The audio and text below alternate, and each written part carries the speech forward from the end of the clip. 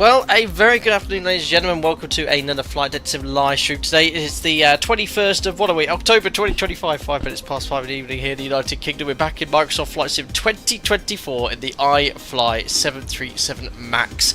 And we'll be flying today from Berlin, Brandenburg. We're parked exactly where we were last stream, last week. And we're going to be flying to the capital of Lithuania, Vilnius. Lisium Designs dropped an email in my inbox whilst I was at work this week and very kindly sent me over their brand new Vilnius scenery, which I've installed, working very nicely. So flight time around 1 hour 20 minutes, live weather. We are streaming 12 hours behind live time, but I've ensured that live weather is certainly up to date. So right now in the sim it's about German time, I think it's 6 o'clock in the morning or something, so you'll hopefully see a beautiful sunrise as we fly east. By the time we get into Lithuania it'll be sunny, so we can have a look at the scenery around. Who we got here? Itchy and Scratchy, who just pinged up. Thank you very much. 70 months as a member. Thank you very much for your support and for tuning into another stream today. Good day to you.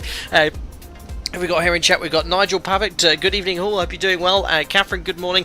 Listen in Berlin, Verfliegen von Berlin. I don't know what I've just said, but thanks, I hope you're doing well, buddy. Roberto Chow, you too, says, good afternoon, Captain, hope all is going well. Very well, very busy at work. I've had no opportunities to do anything, let alone stream or create any videos, but I've got a few days off now, so this today, and then hopefully something on Thursday or Friday for you as well. Sidbear, hope you're doing well, very well, and I've seen you sent a DM on Discord. I've got a number of DMs to get back to the last few days.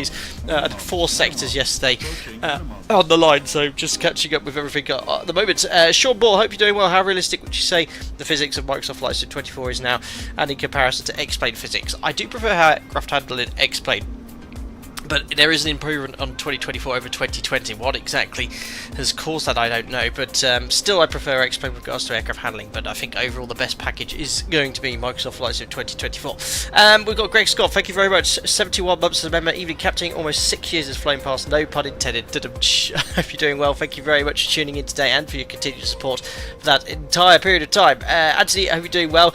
Just went there a month ago. I know. I was very excited to hear about your trips in Europe. Shame you didn't visit the UK. Not that we're actually technically in Europe anymore, but thank you very much indeed for popping in today. Hope you're doing well.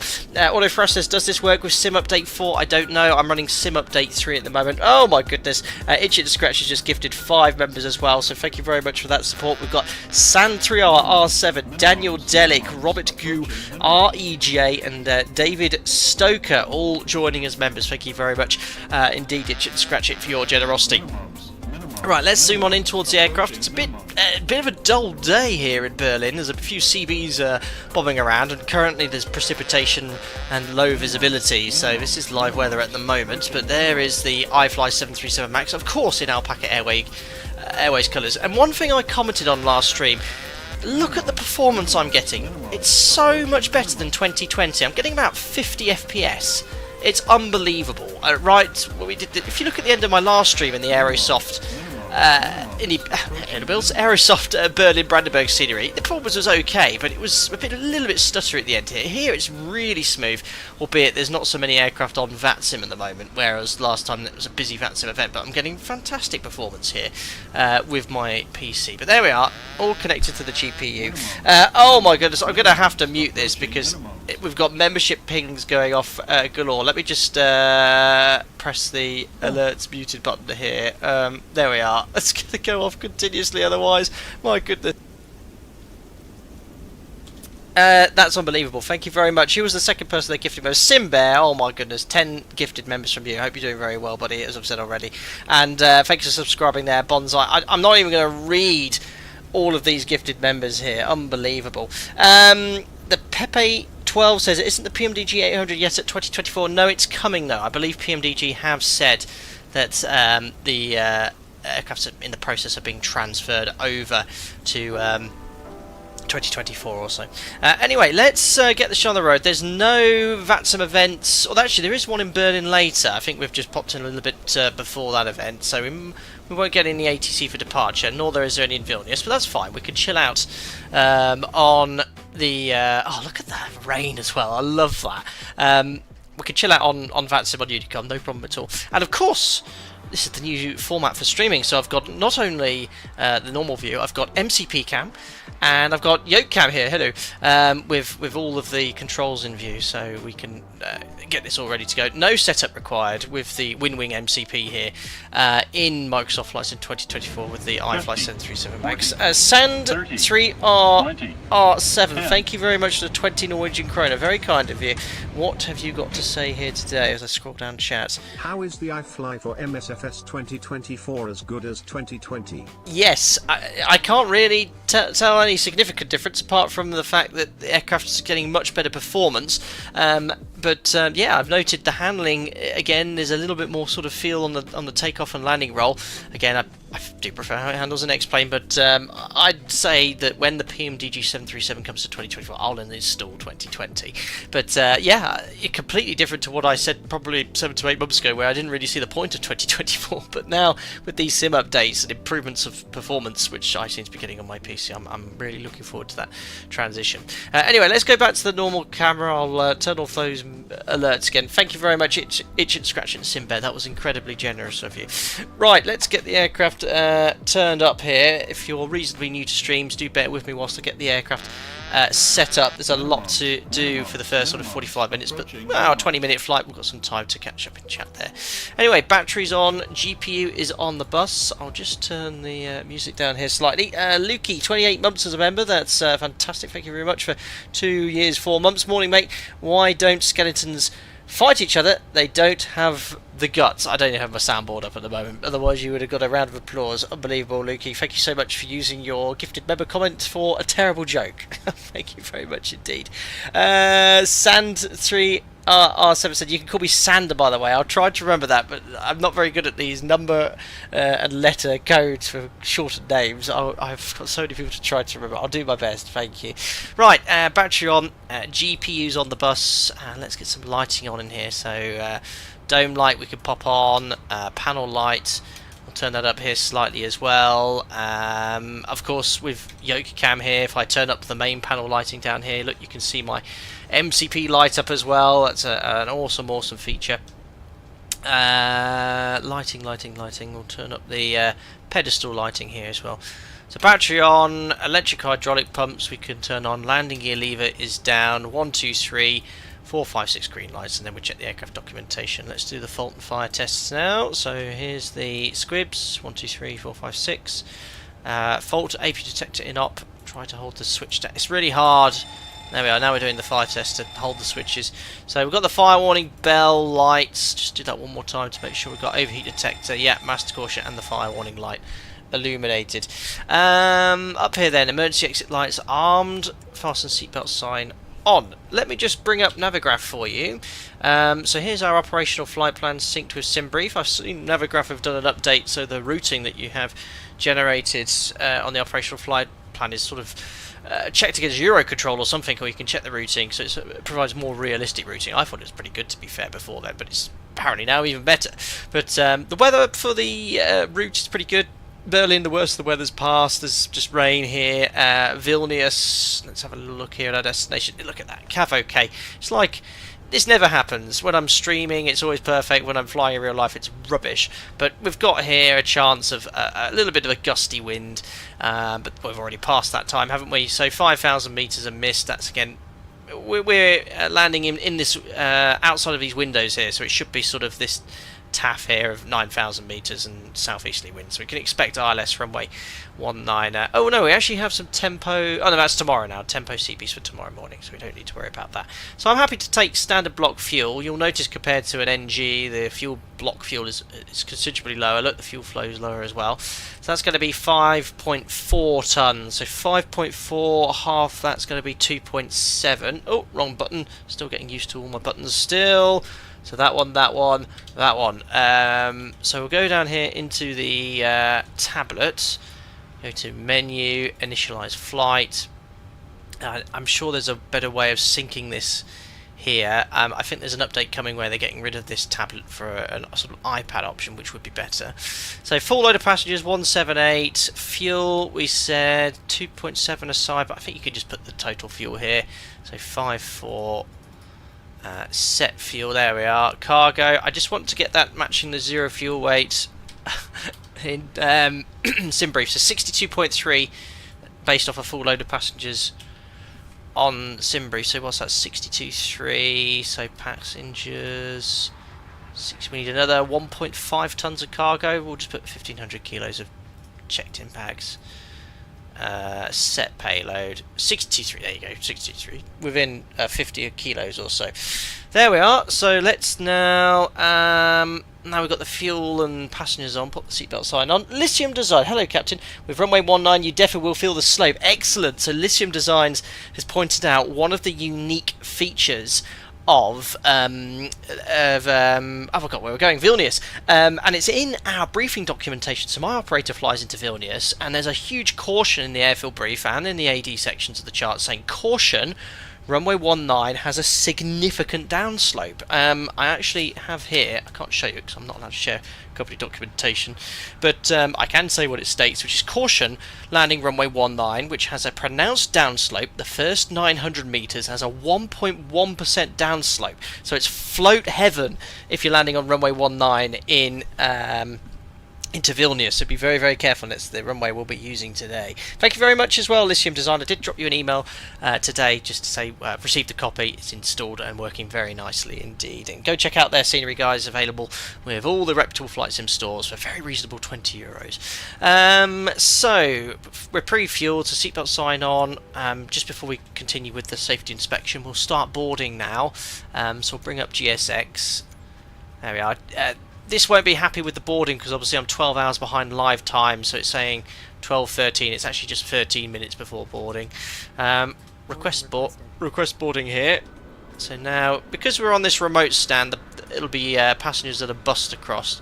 There you go. The sim's having a little bit of a think about what to do. I think that could be our passengers here straight away on the bus. Oh no, it's just part of the Aerosoft scenery. But look, all the passengers just running around the airport there. Very, very cool. Oh yes, Lisium and GNSS Fun might also be ahead. Yes, our routing takes us right between Minsk, well, Belarus and Kaliningrad, and it is a hotspot for GPS jamming and GPS spoofing, of which the members will know, because I shared some photos of today. I flew very close to Kaliningrad this year, and I did suffer from GPS jamming. Lost both GPSs, had an increase in actual navigational performance. It wasn't spoofing, which is a lot worse, but yeah, it caused some degradation in navigation. Follow the checklist. As we carried on flying away from Kaliningrad, the GPS was restored, so it went back to normal operation. But it's definitely a threat, something that has to be considered when flying across this part of the world at the moment. Right, I'll attach the tug. What else am I doing here? Panel scan, that was it. So flaps up, match the indicated position, cargo fire test, forward aft, fire warning bell and light is illuminated. Continue with the scan down here. Rudder known on trim is 3 and 0. Check the gear extension door. He doesn't sound very German. Working our way up here. So stall warning test. Stall warning test. Broadband system. Well, we don't have that switch on our aircraft, but we'll turn it on. I can't. It's permanently off. Radios all set. We have sufficient crew oxygen. IRS to nav. EGLA is off, and ELT is armed. Check the circuit breakers all there. Safety equipment's good, and we've completed the safety inspection. And yeah, you go. Look, you see the passenger bus has arrived. There's a little issue with this livery as well. We've got a bright pink GPU cable. There you are. All the passengers are just walking around everywhere, walking through stairs, coming off the Cobus 3000 and boarding our flight to Vilnius. I don't know how many flights there are between Berlin and Vilnius a day, but there might be a number. Oh, cool, Dennis, your operator has the bandwidth switch. Does it say bandwidth? I've got a broadband system. I don't even know what that is. We don't have it fitted to ours.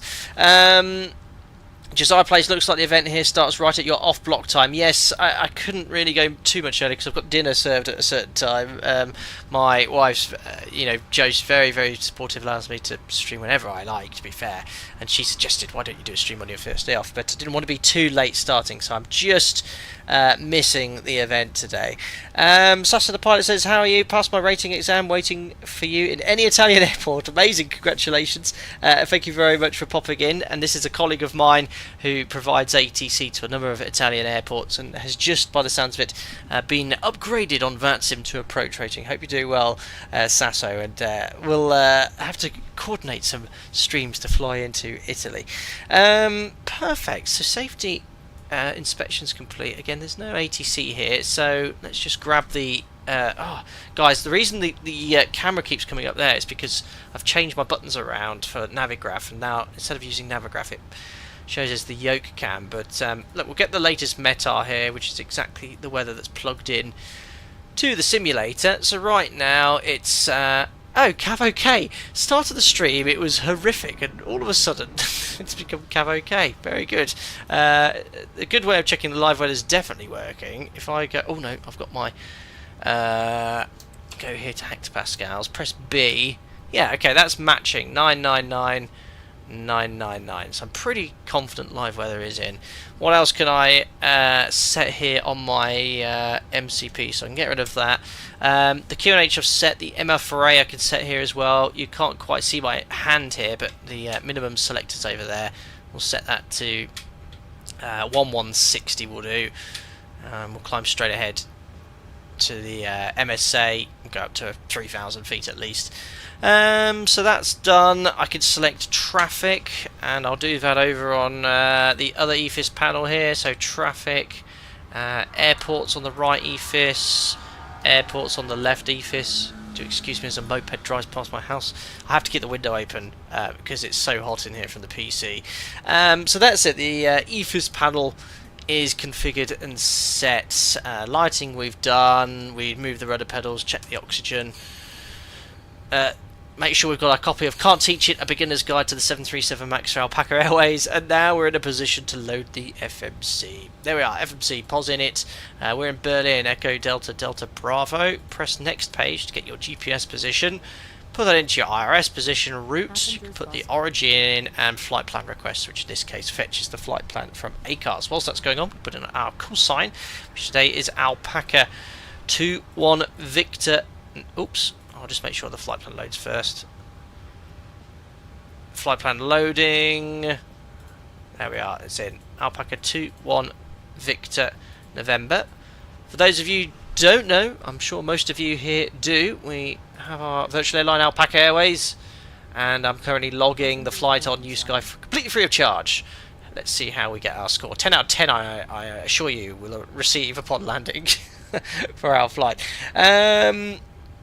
Edo is actually flying into Learn for now. Excellent, excellent. I did see all of you in Discord today, but I've been in and out the house doing loads of things with Joe, so I will come in at some point this week and pop in and say hello.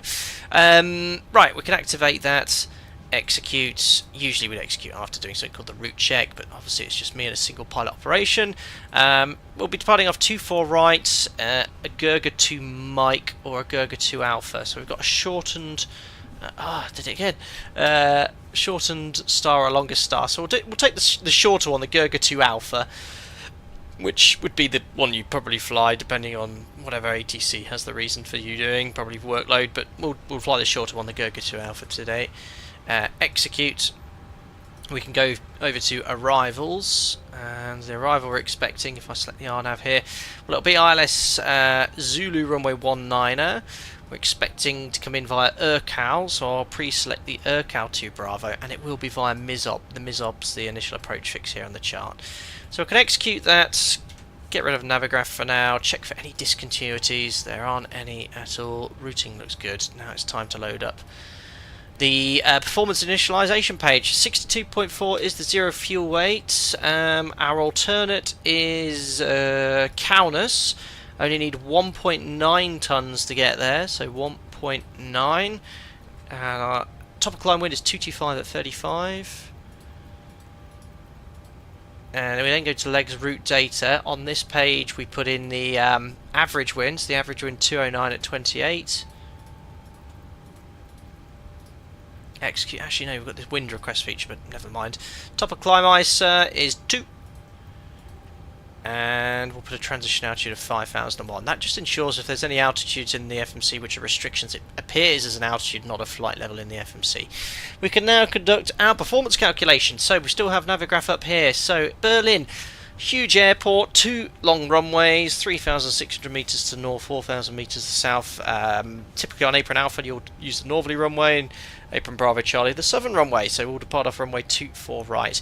Now, we have such a long runway, we can actually shorten our taxi via some of these intersections. So Lima 6 is the earliest intersection you could depart here from runway 24 right. I've operated in and out of this airport a lot. So what you could do here, pre-select it before the start of the stream, go to the airport briefing and you'll find high intensity runway operations. Pilots shall be prepared for the following takeoff runs available if they require a takeoff run or an except a shorter one. These are the distances. So as I mentioned, looking on the airport chart, we'll plan Lima 6.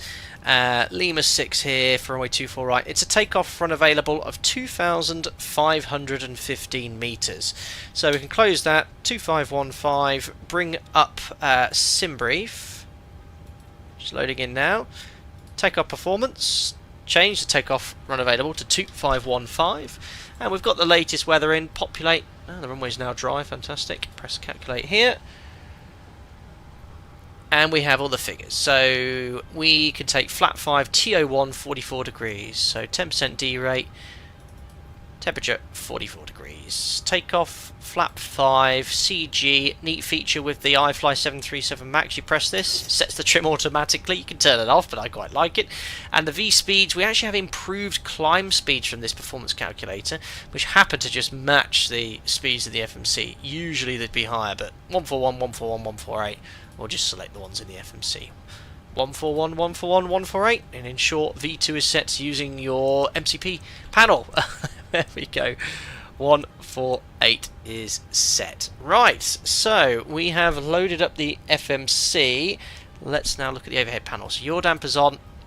Nav transfer display switch is normal. Auto fuel. 4 pumps, no fuels in the centre tank today. Cross feed bright, dim, and bright. Off, cabin utility EYVI galley powers on. These are all closed and disconnected. Panel brightness we're happy with. We'll imagine the cabin is secure for pushback. Window heats we can pop on. Ignition right, packs auto, isolation valve open. We're cruising at flight level 370. The elevation in Vilnius, you can get that off the operational flight plan quite quickly. So if you go here to flights, view sim brief OP, scroll down, there you go, destination elevation 649, we'll just call that 650, and we'll set 650 here. Great, good time now to start the APU, and we can now set up the MCP here. So we'll put the flight directors on master my side. We'll just double check the SID stop level, which you can't see on this overlay, so I'll just check myself quickly on the Gurga departure. So initial clearance for the Gurga to Alpha is an altitude of 5,000 feet. Well, imagine we have a clearance, so I'll set 5,000 feet here. The responsiveness with the what's this aircraft? iFly 737 MAX is excellent. We'll set the runway QDM, which is going to be 24 something. Let me just check here on the charts. 248 is 244. So now I have SIDS, I'll just set the courses to 244 as well. And 244. Great. I love how easily that works. Just plug and play, guys, with all these different add-ons. Superb. Right, the MCP's all set. What else we got to do? Auto brake RTO, reset fuel flow. We'll give the legs page to Jim, and trim is set automatically. Frequencies, yeah, I'll just tune the ILS. Actually, no, I won't tune the ILS for 24 right. What's the Brandenburg VOR? It's 14.1. We'll just tune up 14.1 now. 114.1. Make that active. Great, we're now in a position to get going, guys. So, APU can go on the bus. What I'm going to do here is make sure the parking brake is set, which it is. Go to the panel, menu, system page, sim menu. It's a bit of a pain, all this. Ground support, there we are. Chocks, remove, disconnect the ground power, set, done. There we are, and I probably won't use that now for the rest of the day. Right, we're good to go. Catch up with chat, then we'll do our... Can I hear an aircraft starting its engines? I think I can. Very, very cool. Alpaca Airways pushing back everywhere. Listerman says rotating knobs on an MCP is such a signature move, feels so professional that I often over-rotate just for the feeling of it. Yes, unfortunately I've found that I have to sometimes lean over my control column to touch it and then disconnects the autopilot. A problem. EYVI, hope you're doing well. Will Chow, hope you're doing well as well. Lisium Design in Vilnius, when taxiing from terminal to runway 01 threshold, the altimeter is decreasing pretty quick from 640 feet. Yeah, I've seen that slope. I've not actually flown in real life to Vilnius. I don't think I have anyway. I'd have to look at my logbook, but I've seen with your scenery and with the notes in our documentation from my operator that there is a significant slope that this airport was built on. Mark, hi Sam, hope you're doing well. Been a while. It's fair to assume the 737 dead and on takeoff is due to leaving ground effect. Dead band are you relating to? Random one, but was looking into it and couldn't find much answer. Seeing you're talking about takeoff, I think, yeah, dead band, I think you're trying to say there. So the dead band isn't caused by ground effect, it's caused by when you rotate and your angle of attack increases, the airflow over the horizontal stabilizer it loses a bit of lift because the wing's sort of blocking it, so it requires, once you get airborne around 9-10 degrees nose up attitude, an increase in back pressure because the elevator's just lost a little bit of effectiveness as the airflow goes over the wing. So it's a two-stage rotation in the 737. I hope that makes sense. So you know, it's pretty evident in the Zibo mod. It's actually very well modelled. In the PMDG 738, I did it earlier, a mini test sector in this, and it did require a second input as well. So the idea is you time that to manage or ensure a complete continuous rotation up to a target around 15 degrees. Right, so we'll do a little bit of a briefing before we push back then. So flights for use in brief OFP. So the ground distance here, 524 as a gross error check. We can have a look here, 496. I think that's because the SID I've selected is a lot shorter than the one we've planned in the FMC. So we've got 2 mic, I've selected the alpha, so that makes sense. Fuel on arrival, we want it to be more than 1.9, it's 2.4, so we've got an extra 500 kilos, it's around 15 minutes extra. We then check all the instrumentation, making sure we're happy that they match with Jim's controls, emergency briefings. We'll complete our taxi briefing, so we'll push back here. We'll just do a straight pushback because that's what they usually do here in Berlin. They don't tell you to face east or west, it's just a straight pushback and then you turn at your own discretion. But we're going to see what the traffic on VATSIM's doing. If there's no one there, we'll take the planned performance from Lima 6. If not, we'll just go Lima 7 or full length. And then the SID, we're doing the shortened Gurga 2 Alpha, which is here. We've got the RNAV overlay here. So Delta Bravo 240, 241, 5,000 feet or above. And then we're going to make that right turn to Delta Bravo 242, max 230 knots, which checks in the FMC, to 243. 244, which is the 2 Alpha only, 95 or above at 243, and then to Gurga. As mentioned here, the Gurga 2 Alpha has a stop altitude of 5,000 feet, so what we can do is put here at 240, 5,000 feet as an additional restriction. There we are, we're all set up, ready to go, guys. Alright, happy days. DR Jar says, how do I turn the minimums radio select on the EFIS faster on the iFly because it's going so slow on mine? Well, obviously I've got the panel, which is quite fortunate, but I'd highly recommend, if you don't have the panel, get yourself a mouse like this. I have the Logitech, don't know what it is, but I can unlock the mouse wheel and then I can rotate this quickly, look, and that allows you to set minimums really quickly, which is what I've been doing prior to getting the MCP, so that works quite nicely. Right, let's get some AP bleed on, and we'll get GSX ready for push and start. We'll just make sure we've turned up on Unicom here as well. Excellent. Oh no, helps if I've got Unicom active too. 122.8. Oh no, I need to get this fixed for the Logitech radio tuning panel, which does not work for me in Microsoft Flight Sim 2024. Anyway, Unicom's active. Traffic Lufthansa 499 pushing back on east facing. So everyone's going to taxi off in that direction, and there's no one blocking us there, so we can get the push and start going. So prepare for pushback and departure. Fongy says, I'm thinking of ditching Osprey for Alpaca. Can I get a salary bump? Brilliant. Straight pushback. Release parking brakes, please. Alright, pushback is a go. Off, anti-collision light on, parking brake set, transponder is, just make sure that's 2000. I think even though it's out off, it doesn't register out off on the pilot. Oh, I'll just put it out off and put mode Charlie on manually. There we go. Releasing parking brake. Commencing push. All engines clear. Excellent. Start at will.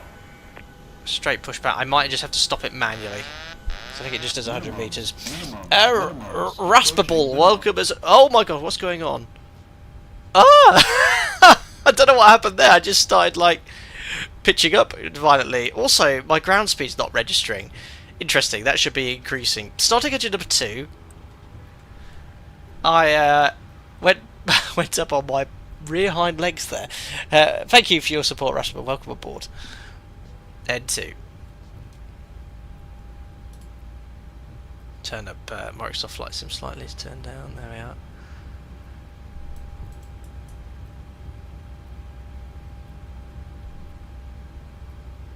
Oil pressure is very slow. Usually it's a bit quicker to come up first in the real airplane. There we are. Oil pressure. N1. It's a cold engine. No motoring required. Right, now I need to tell it to stop pushing me back. Stop here and complete pushback procedure. Thank you.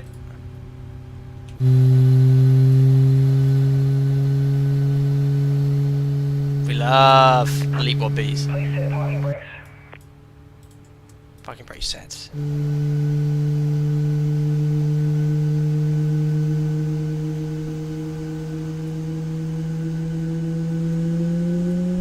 Probably flown the max about 75% of the time this year.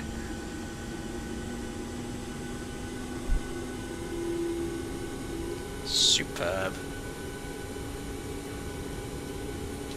Alright, good start on 2, starter cut out.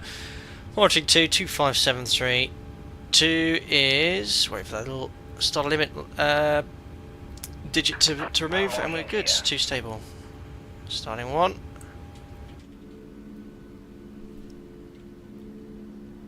Perfect. Steve M. Tow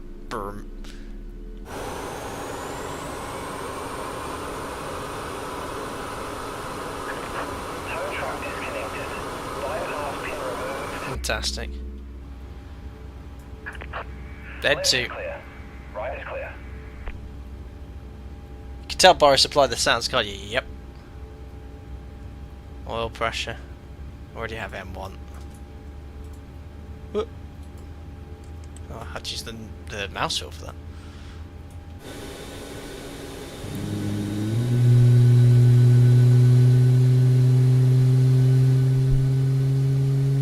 Dennis, you've flown the max 45 times this year. It's a competition. I don't know. I'll have a look. See how many times I've flown it. Whilst the engine starts, I don't monitor from inside.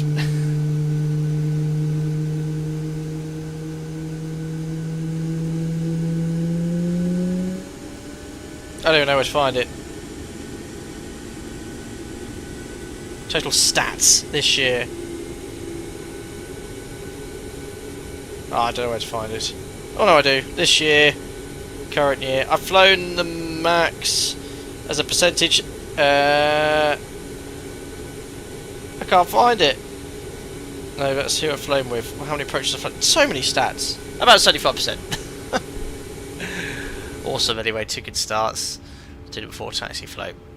Generators on, APU's off, start switch is continuous, ProPeat on, anti-ice off, air conditioning, packs auto, ice separation valve auto, APU bleeds off. Flaps to 5. Flight controls. Forward, back, left, and right. Rudders, right and left. Perfect.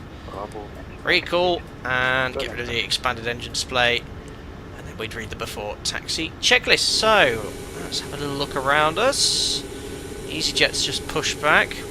We always go out in this direction. Could be a bit cheeky and go the other way.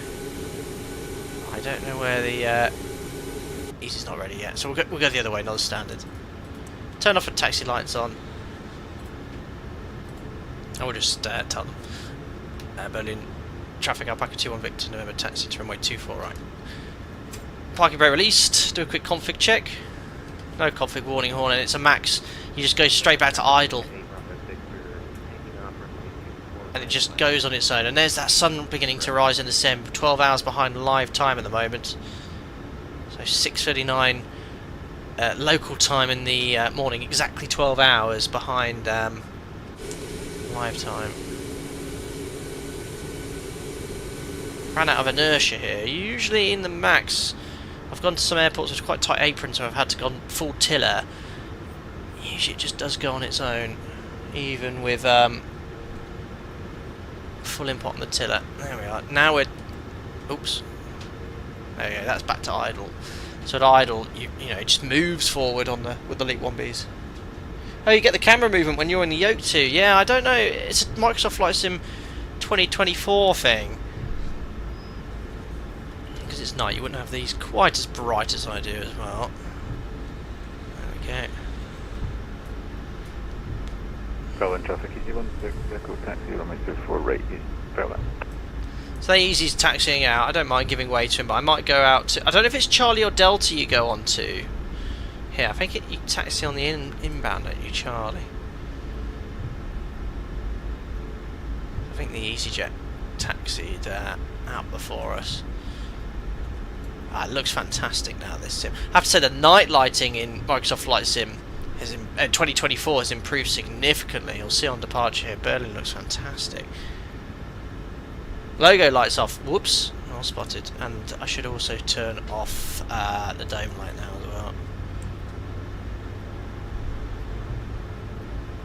as well. It looks brilliant. Itch it, scratch it. We've got ATC in Vilnius, fantastic. Turn up the background lighting ever so slightly. There we are. So that's the lowest. In reality, the lowest is really low, but you know it's fine in the desktop sim.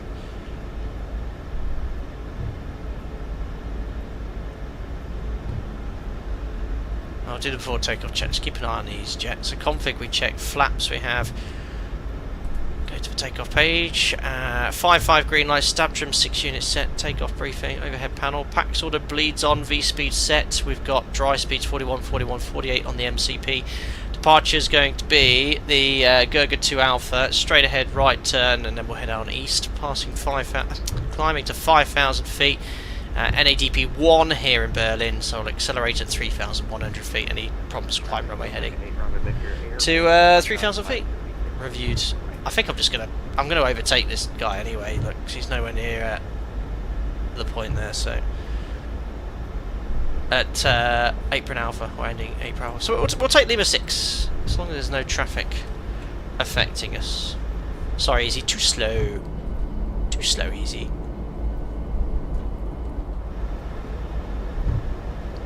Right, I can't see any traffic. I'm just going to turn the traffic map on.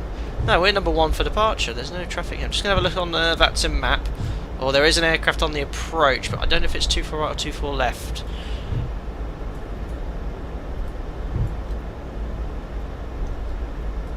I can't tell. Anyway, there's Lima 5.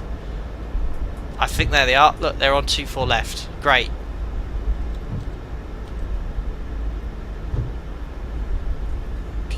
So 23 knots, maximum speed we could taxi at a straight line to 30. Again, taxiing feels a bit like that off or on with the rudder, but we'll take it. Is that scenery lighting? I think that's an aircraft on final. Yeah, that's an aircraft on final. It looks really good in 2024. Anyway, here's Lima 6 where we planned our departure. I'm going for it. Perfect. Transponder. TAR8.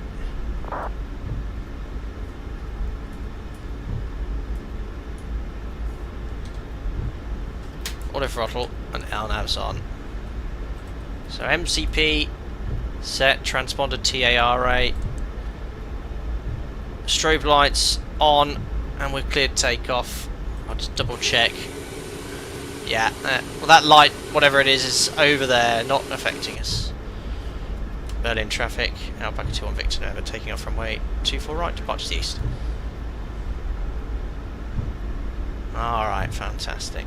We're ready to go, guys. We'll do a rolling takeoff.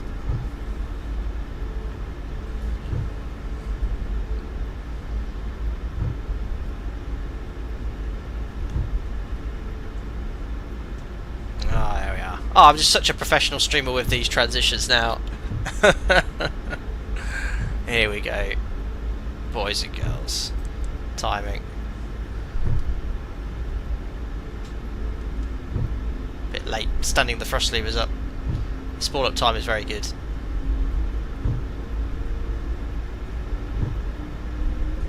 Good. Stabilised. Set takeoff thrust. Sound is superb. 80.7. Takeoff thrust set indications normal. Oops, got a bit on that. 80 knots, release forward pressure, throttle hold.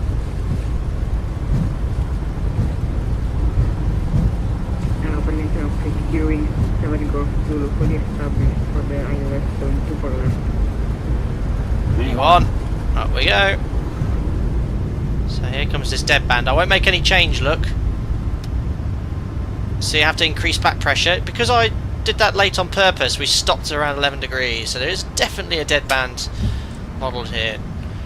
Positive climb, gear up. Yeah, the attitude's quite low, so now it should pitch. There we go, yeah, that's good. It should pitch up now to maintain V2 plus 20. LNAV. Okay, it's only DP1, so we're going to hold this.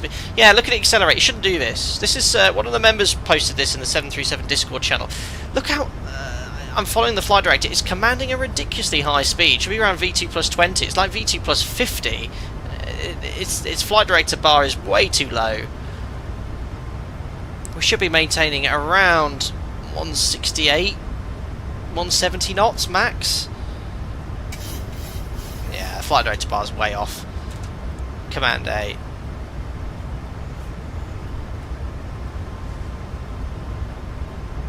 There's 1,000 feet above aerodrome level. Log up.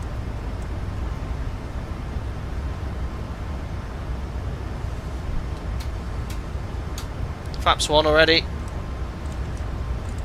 And above the 1 bug, might as well go straight to flaps up.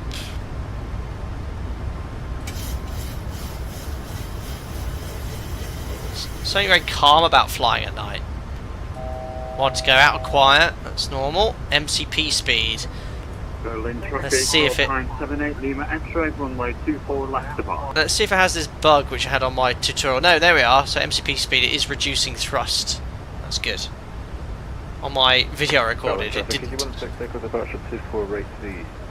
Just turn that some down. Look at the lighting now, guys. Look at that lighting. That's really, really good. It's descending. There's a few little quirks with the iFly. That should be bang on levelling off at 5,000 feet. Now, outhold should only happen when you're exactly at 5,000 feet. Sorry, the MCP is blocking your view, isn't it, guys? Look at the lighting, though. That's fantastic. Gary, this is the 2020 livery. It does work, but it doesn't need updating. Right, flaps up. No lights after takeoff. Checklist. We'll just maintain 5,000 feet for a short while, so that can come off. Water brake off. Gear stays up. Air conditioning and pressurization. Diff pressure 1.9. Coming out, just slowly climbing.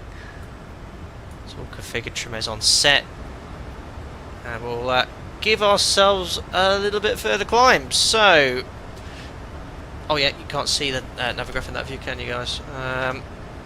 So what we'll do, we're going to be 9.5 or above anyway. We might as well just go straight up to our cruise level. So we'll get rid of that. Set flight level 370.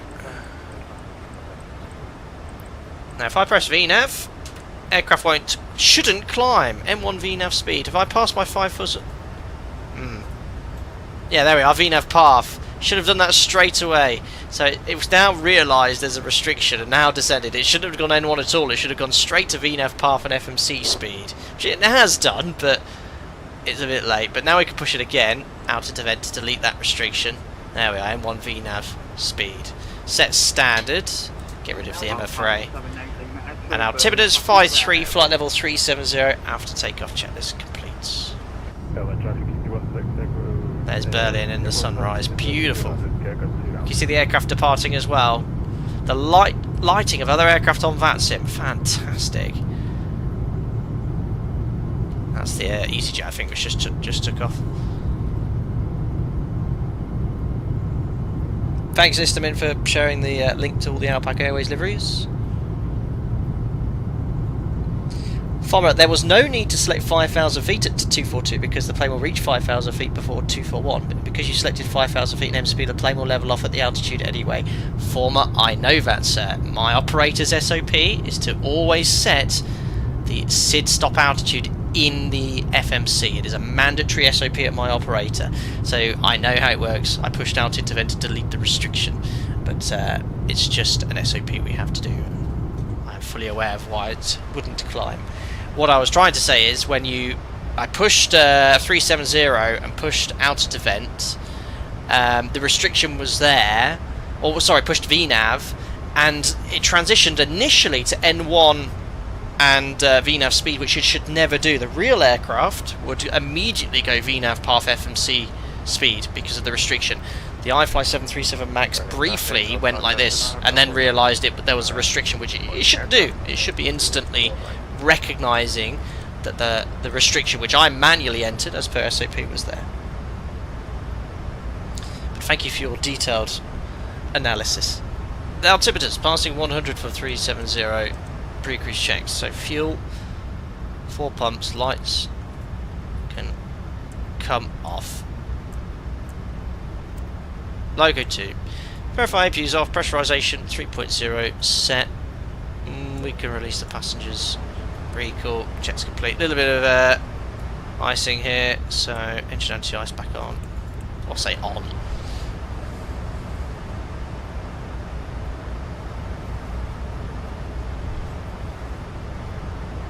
Fungho says, do all the liveries work in 2024? I don't think all of them do.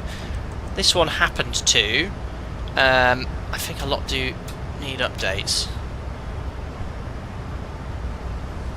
Simbear has answered very nicely. There we are. It's a bit of a weird SOP. Set on the MCP, the aircraft won't pass it anyway. Absolutely. But it's one that we do just to reinforce that we know what the SID stop altitude is. But you're quite right. The automation will always respect, in every pitch mode, the MCP set out altitude. Unless it's in approach logic, which it will descend. Well, no, it will still level off, but it will let you set up the missed approach altitude. Sounded a bit like a runaway stabiliser there. Anyway, we shouldn't be manipulating the MCP too much, so I'll go back to default cam. Look at that. This is why, credit to Asobo, 2024 is... You saw the performance I was getting at Aerosoft. This is a complex third-party add-on with a lot of detail, moving passengers and all sorts. Compared to what I was getting in 2020, just so much better performance. And now I'm in the cruise, it's just amazing, so smooth. Oh, there's Berlin. There's old Tegel.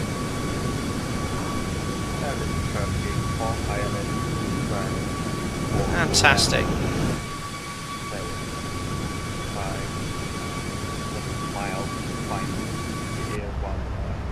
Out of the cloud, anti-ice coming off. So the engine anti-ice, there's no blue lights with the MAX. You have the cow valve lights, which illuminate amber when they're in transit, and then we just verify the thermal anti-ice indication has blanked on the display. Minimum approach speed to runway. I'll just turn the sim down a bit more. Hope that's okay, not too quiet, not too loud. There we go. ETA then into Vilnius. Look at that, 6:01, so an hour and 8 minutes to go.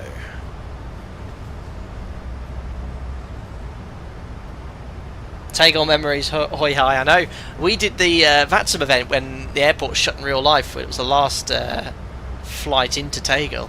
It's really busy. Fung Hai, you've picked up the iFly a week ago.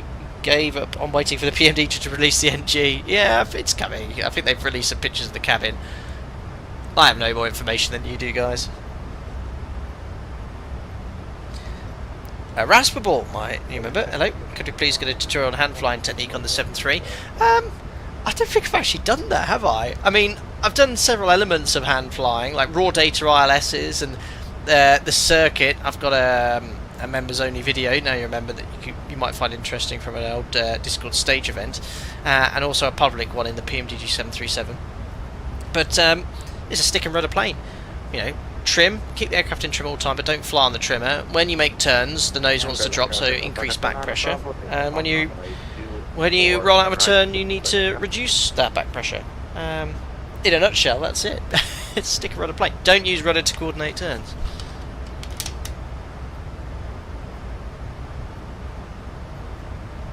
Home email says, can you ask your livery creators to create high resolution for liveries whenever it's going to be updated? Oh my. Well, they very kindly make these liveries on their own time, so if I ask very nicely, maybe.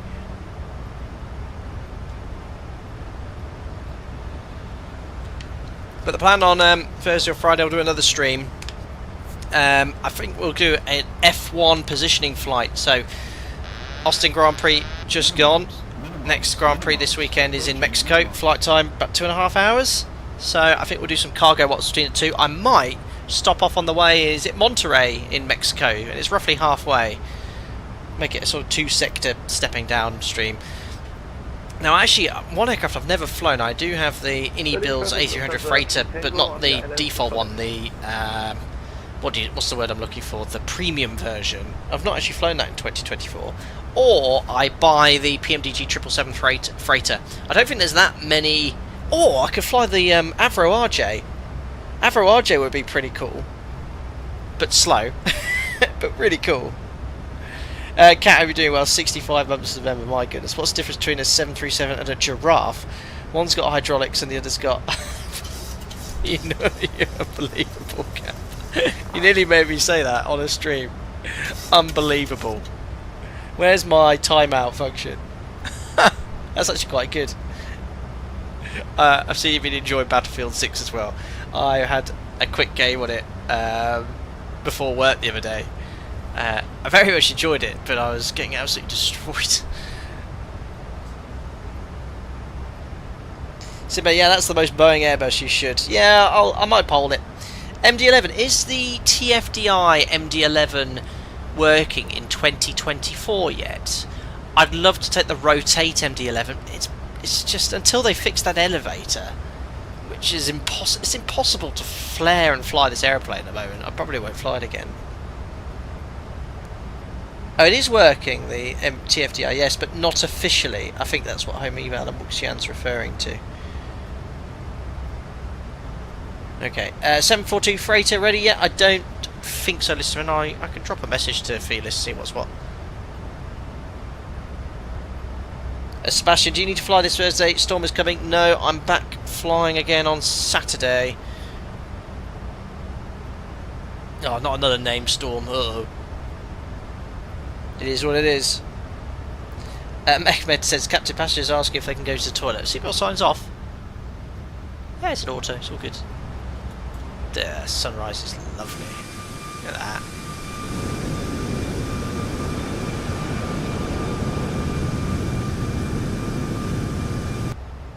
Okay, so TFDI is it? So is it?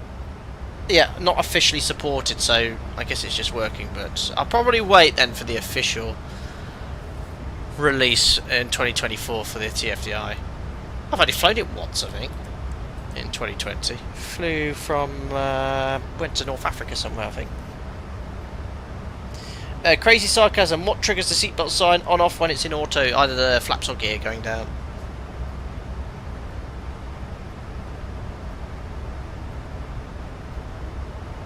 Do I have a Lanta? Said Fizz my name. No.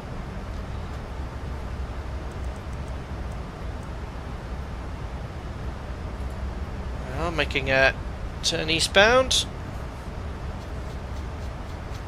Flying pretty much right over Poland. This is a town called Walch Pilot. Shit, that's not Szczecin there, is it? No, Szczecin's there. Szczecin. So we have Kaliningrad here. I better get the higher FR charts better. So this airspace here, Kaliningrad, is currently not passable, and then we have Belarus also closed to us. So you have this very narrow corridor to fly through, which I have done in the last couple of months. We've got to be very, very careful to ensure that we never enter Belarusian or Kaliningrad airspace. They are obviously, it's a hot topic, you know, geopolitically, which I'm not going to go into. But this is, you know, talking from an aerospace point of view, and what we have to be very careful of is making sure that when we're flying through this narrow corridor, the fates give us shortcuts. We don't transit this airspace. If we have to divert, we do not, unless it's a complete emergency, go to these airports or airports within Belarus or Kaliningrad. And the other day, I was flying north of Kaliningrad via Ninta. So Ninta is here. There we are.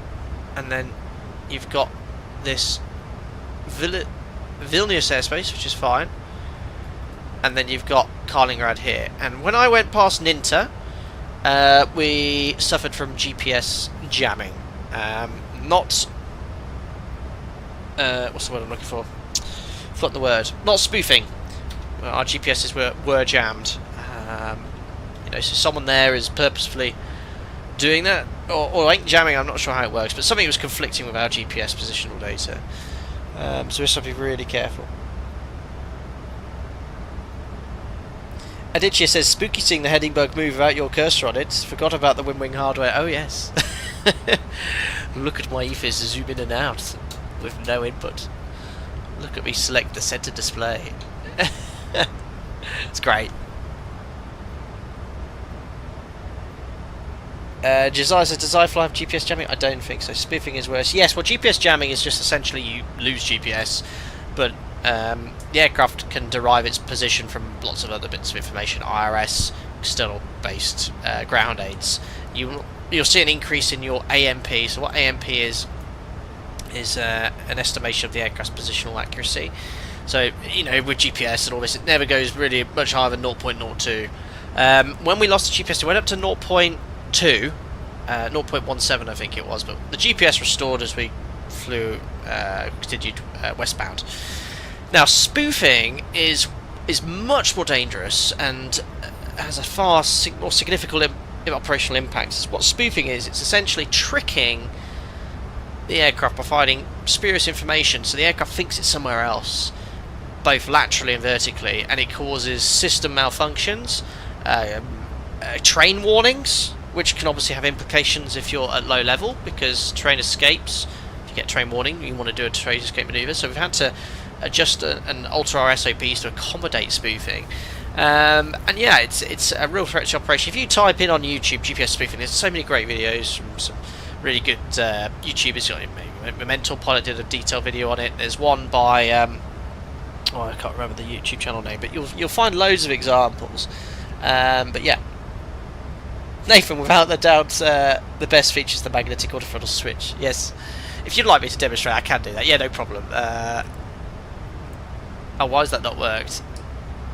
It's not worked! It did on my test. There it goes! Did on my test sector, fine. Re-engage. Let me just try one more time. There we go, working perfectly. The magnet was probably a bit too strong.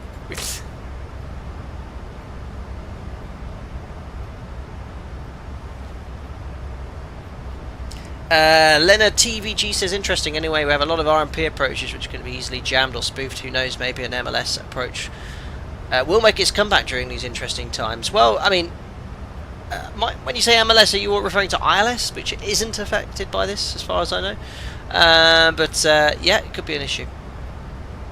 Swimming Clive says, find it simple if you tried out the new Japanese turboprop NAMC YS11 V1 likes it. I haven't. I believe that's one of the Microsoft Legendary aircraft series, isn't it? Yeah, maybe we'll have a look at it one day.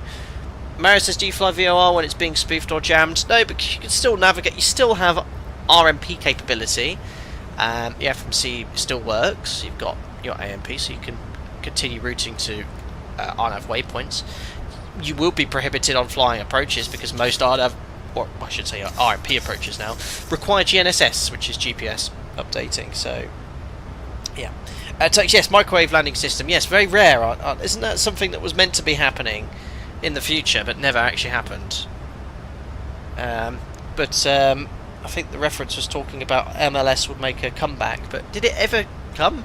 I've only ever flown ILSs, but yes, maybe certain airports where you know, spoofing and jamming is more apparent, you'll see less RMP approaches. But like I said, it's only really affecting Baltic countries and some Scandinavian countries up north, sort of Finland, and also sometimes in Greece, that area as well.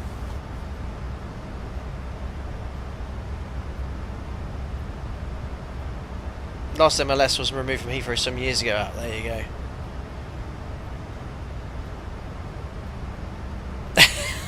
Crazy sarcasm. Sounds like something that you'd have your sausage roll heated for you on arrival. Brilliant. It does.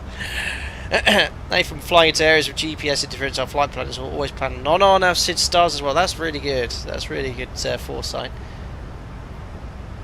Sash says a JAL colleague of yours recently had an issue in this airspace. Thunderstorms, GPS jamming, lovely. Had to resort to using VOR to navigate around storms to avoid the restricted airspace. That's not a fun day in the office.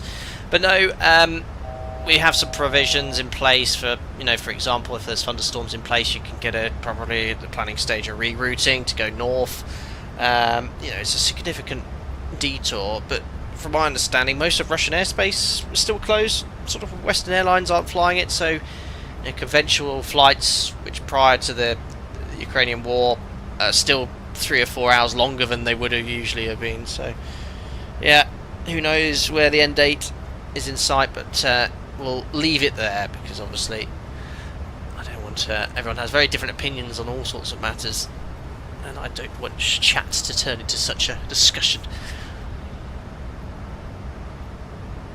Lisium, bigger problems in Estonia. In smaller airports they removed conventional navigation and mostly left RMP. This made them mostly empty now. Wow, there you go. But yeah, I'd say pretty much every time I go to the Baltic countries from my base, I lose at least one GPS, if not both. I've not had spoofing ever, but I have had jamming. Anyway, whilst we've been chatting away here in the cruise, on operator we select max continuous thrust to ensure maximum thrust is available in case we get into a low speed situation. We're cruising at a healthy Mach decimal 79er. Top of descent's 233 miles. Rest of the routing is going to take us eastbound, right over Poland. Get rid of this Ninta waypoint. There we are. So that we're going to Bydgoszcz. I've flown there once, I think. Gdansk. And then here is this narrow window between Belarus there and Kaliningrad. But the weather forecast is good en route. Pretty much clear and very nice in Vilnius this evening.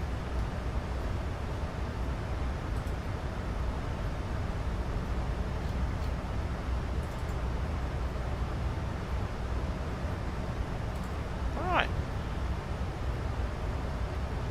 So, sim sounds are down, a little bit of background music. Very good.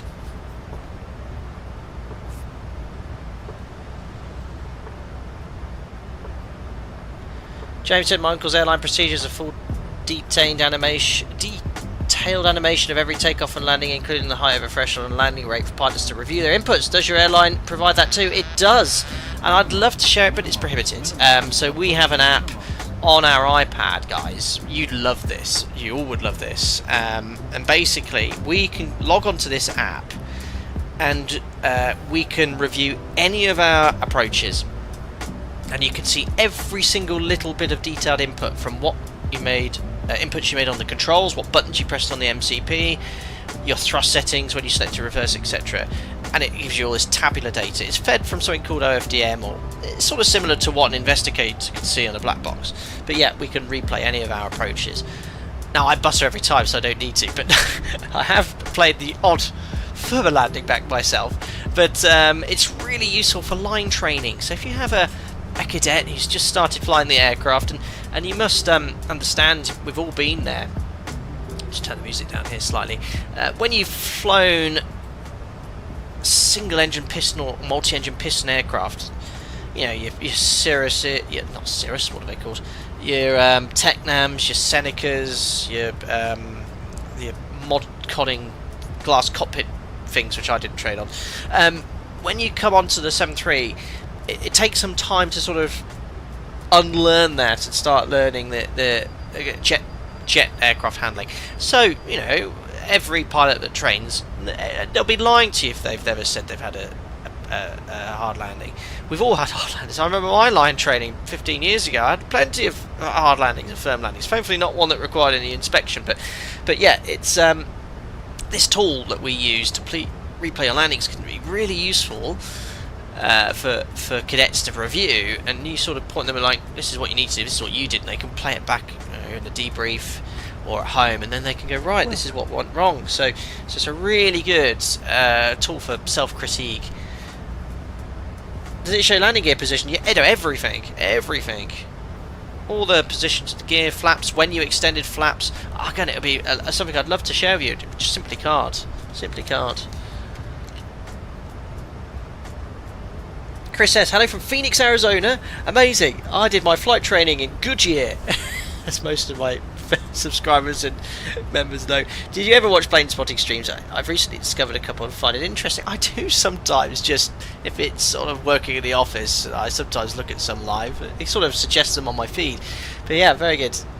I lived in Goodyear for 6 months and enjoyed flying out there. They flew on a Max as passenger for the first time yesterday after operating just the NG. Never actually realised how long the motoring stage of the engine start sequence was. It was almost upwards of a whole minute. Yep. Max motoring with the Elite 1B is 3 minutes, a minute longer than the NG. It's never seen it go that long, but I've seen 2, max of 2.5 minutes. Basically, it's called bow rotor motoring. It's just removing heat out of the engine. So typically on the first flight of the day, it's not long, but turnaround as it is.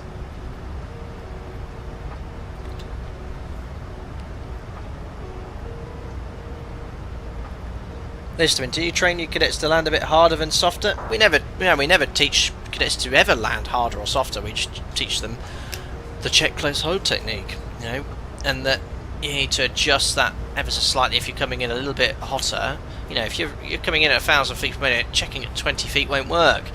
You might have to adjust that. But yeah, works really nicely around just before 20 feet. Start increasing your attitude, close the thrust levers, then hold the attitude. Look at that sunrise, guys, in the sim. Absolutely brilliant. I love doing these streams, sort of sometimes not live time. It would have been a night flight otherwise. But because we're flying eastbound, the sunrise is far quicker than it would be if you're stationary.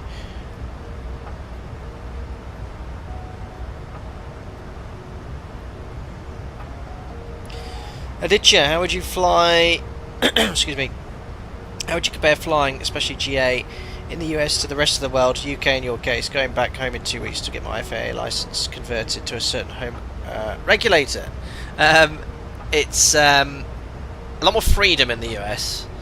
You can do a lot more in your general aviation aircraft, so you got permission from ATC, than you would in the UK. That's what I really do take away from my flying there. But bear in mind, I don't know what's happened when I do my CPL for 2011, so 14 years ago. So a lot. No, it's 2010. Wow, 15 years ago. I'm getting old. But there was a lot of freedom in Phoenix, and when I went to the Microsoft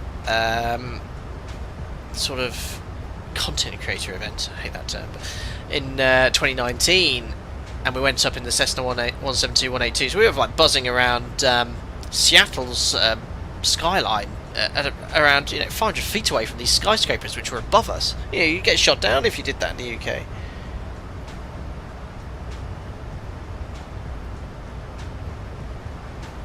David, imagine if you land in Belarus, you'll have to walk or bus yourself out the country. Hopefully it won't be as bad as Gerard Butler's movie Plane. I've not seen that movie, but yes, we don't want to go there. Josiah's got the weather for Goodyear, looking good. Funga House says, can you do the river visual approach to Washington DC every time I fly? I lose my sim pilot license. I've flown it on a stream before. It's been a very long time. I think we used the yeah, we definitely went the Zebo mod, because I think that was when I before Microsoft Flight Sim was released. Wojtek, you're a long time watcher of the channel. Are your aircraft equipped with HUDs? Have you ever used it or not? Never used it, not equipped. An aircraft that have the heads-up display I've tried in the sim and I've not been a fan. Don't like the change.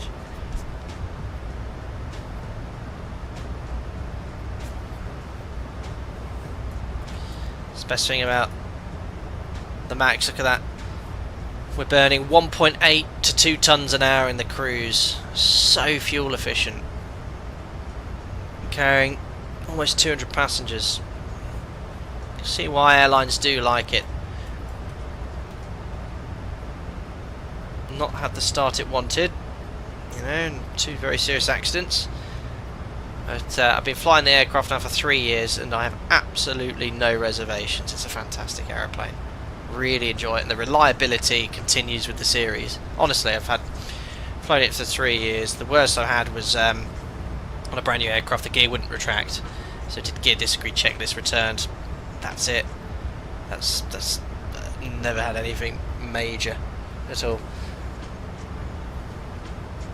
Hey Sasha, popped a member milestone chat message in a few minutes ago. Question about landing on a downward slope runway. I completely missed that. Let me scroll up here, Sasha. There you go. Did it ping up? Oh, sorry, I think I was mid-conversation. Thanks, Sasha. How can you mitigate floating with a downslope on the runway? Is it a similar view that you would have if the glider was over 3 degrees?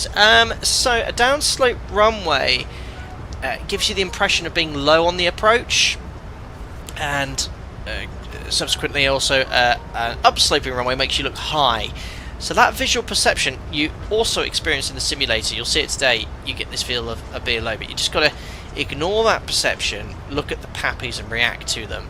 Your landing technique's the same, but it will obviously have a tendency to float because the ground's falling away from you. So just don't let it happen. Maybe release a bit of back pressure, or more so than you'd expect. Sorry, I missed that, Sasha. Josiah plays. Why? Yes. Why did someone make a V-bar flight director? I hate the V-bar flight director as well. Why can't it just be like the cross, like this?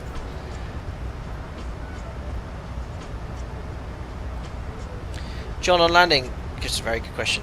If a controller gives you an expected late landing clearance, how low do you go before deciding to go around if you haven't received that landing clearance? As long as you don't land, you can go as low as you like. I've received landing clearances at 50 feet. You usually get a good picture as if it's going to work or not. If it's clearly not going to work, go around. I've done it myself. I've just gone around because it's definitely not going to work. In one case, I think I told this on the stream once. I was going into Krakow, and an aircraft was told to line up and wait because an aircraft landed. We were on approach. They told this aircraft to line up and wait. We were at about a 4-mile final. And we just said, just confirm that aircraft is lining up, because we could see them wasn't even moving. They're like, yeah, expect late landing clearance. I went around at 700 feet and the aircraft hadn't lined up with the runway yet. It was still pointing 90 degrees. And they told us, why are you going around? I was like, you telling me that was going to work? Yeah, we gave them takeoff clearance. I was about to give you takeoff clearance, but you blocked the radio. And I was like, you look at where I am at 700 feet today, RA, and imagine an aircraft at 90 degrees perpendicular to the runway. But anyway, I digress. So yes, if you're clearly not going to be able to make it, just go around yourself.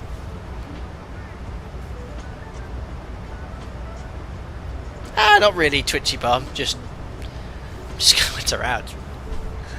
But yeah, 700 feet, 90 degrees, and then he sort of said, no, you would have had enough spacing. I was like, what planet are you living on? I mean, 700 feet landing in about 45 seconds. If he was lined up and rolling, okay, but he wasn't even 90 degrees. Anyway. Yeah, slightly concerned that they might do that when you can't see. Well, in LVPs, the spacing increases, so that should never happen. In this day, it was a clear day, so I could see what was happening. Took the decision myself. I remember playing it back on Flight Radar. I was like, I think I told you guys in Discord. Yeah, it was a couple of years back now.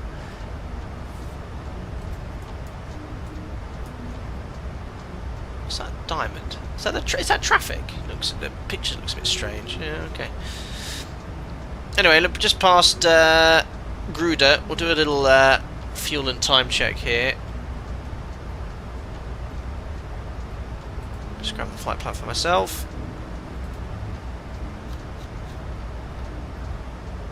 Gruda, where are you? There we go. So 37 minutes. We should be passing this point here. We are 34. So nice. Obviously, we've got the shortened SID, so we should be saving fuel. I've lost the waypoint here. Where was it? There it is. Three tons of fuel on board. We've got 3.4 and 2.3 used. Let's go down here. Select used. 1.8 against 2.4. So about 400 kilos of fuel. Great. And that makes sense with that much shorter SID we flew comparison to the flight plan.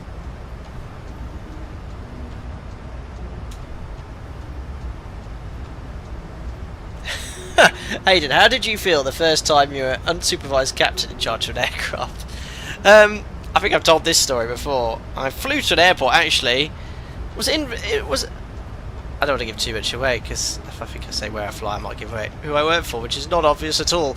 My first ever flight, ladies and gentlemen, was as a captain to Lithuania.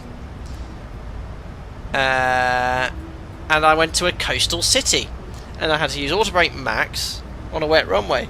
I was like, this is fun. And I remember looking at myself in the mirror and before my duty with my brand new 4 gold stripes on. This is just over 6.5 years ago now, and I went, you absolute prat. Seriously, yes. And now I've got more hours in the left hand seat than in the right. Total about 7,000 hours now. But yeah, it's I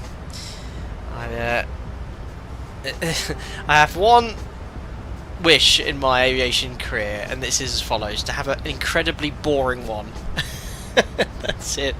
So my colleagues and I were very meticulous, as all professional airline pilots are, because a boring day is a good day in aviation. Let's have all the rubbish and difficult approaches in the simulator here. Lisium, oh right, yes, I looked at your catalogue. Lisium Design's very new on the playing field of scenery designers. They've got Planker on their thing, but yeah, that was my first ever flight as a captain. Or was it? How many hours do you have in total? I don't know actually. I'll tell you. My logbook logs time as examiner instructor as well in the sim.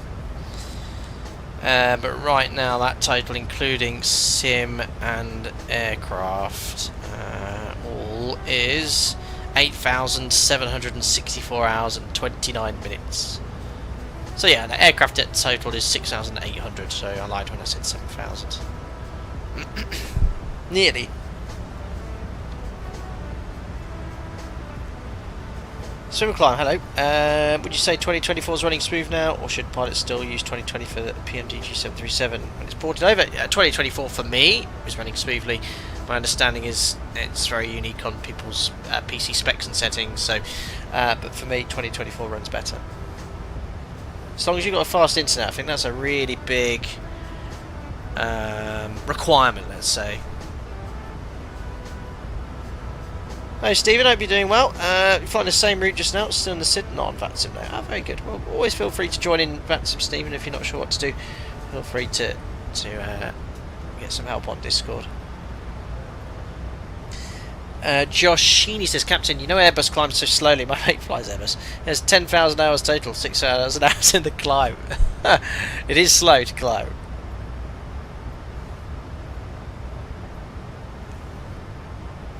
Thanks, remember I was about a week after upgrading, going to a small airport in SC, not sure what that is, so no filed alternate, minimum fuel outside of the 45 minutes reserve requirement and a severe storm approaching the airport. That was a welcome to the left seat moment, lovely. Sounds like a fun day in the office. Andy, the secret of your operator is perfectly safe. You've never blurted out on the street or anything. No, never. It's been some time, hasn't it? I think maybe 7-8 times. maybe it was just a curveball. I said it on purpose to really throw you off. Hello, Former. I cannot understand how, according to your company's SOP, you do choose in which waypoint are you going to type as mandatory restriction initial clear climb altitude. Welcome back. I think I replied to your comment about half an hour ago. But yes, it's a SOP which, let's say, for example, we're very SOP orientated, as a lot of airlines are. But I work for a very large operator over several countries, so we need a common language, which is SOPs. Now, we have something called key operational risk areas, and one of those is something called mid-air collision, and incorporating that is level bust. Level bust is a serious accident, well, not accident, a serious incident, and it's taken very seriously. So we are very, very meticulous with sit-stop attitudes, ensuring that not only is it set on the MCP, but by setting it in the FMC, not only does it serve as a reminder, but it ensures that the mandatory pitch mode we use, VNAV, will level off in case you incorrectly set the wrong MCP altitude, which is incredibly unlikely, but it's just a mitigation against level bust, of which an operator has an incredibly good record on. So that's it. Don't think so much about system-wise while we're doing it. It's all about flying. And one thing that I hope you guys take away from my streams, obviously flying the aircraft is the most important thing, and safety is paramount, but so much goes on behind the scenes with regards to training and promoting CRM and highlighting key issues caused from accidents worldwide to ensure that it never happens to us. You know, accidents do happen occasionally, and you know, aviation is incredibly safe, but we can mitigate and capture threats and errors by good briefing, good CRM.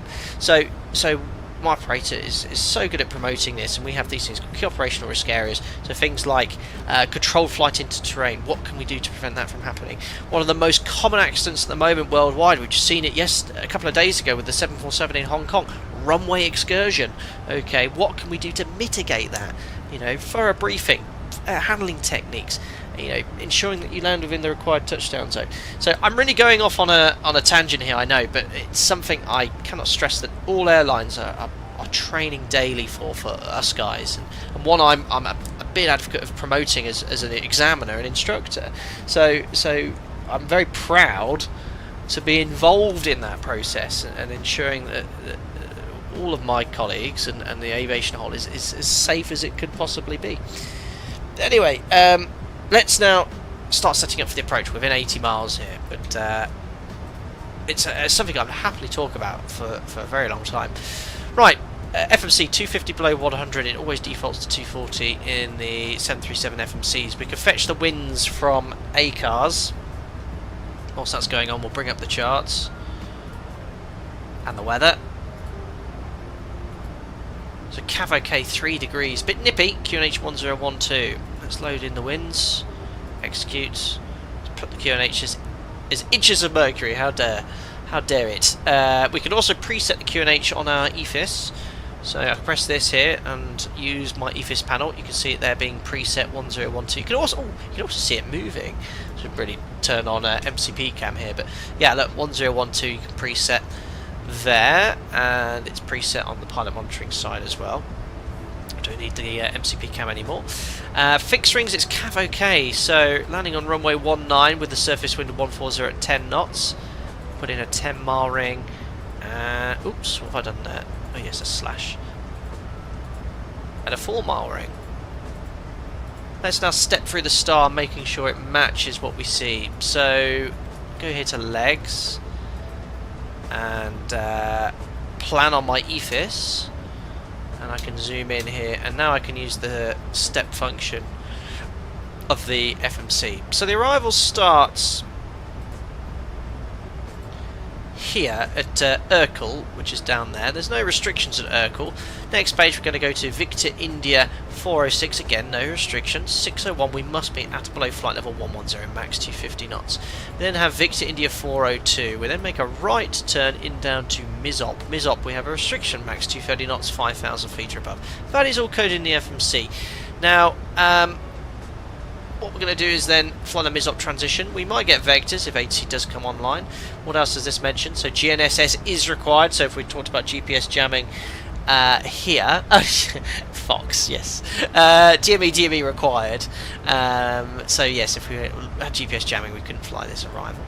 And we checked the speeds and restrictions. Onto the ILS then. So it is max 230 at MISOP and max 210 knots at Victor India 412, which is on the extended centre line. But I'm going to, again, adjust this for our operator's SOP. I'm going to put 180 knots or below, which is the recommended speed by KO on base leg. Whoops, make sure you put a slash.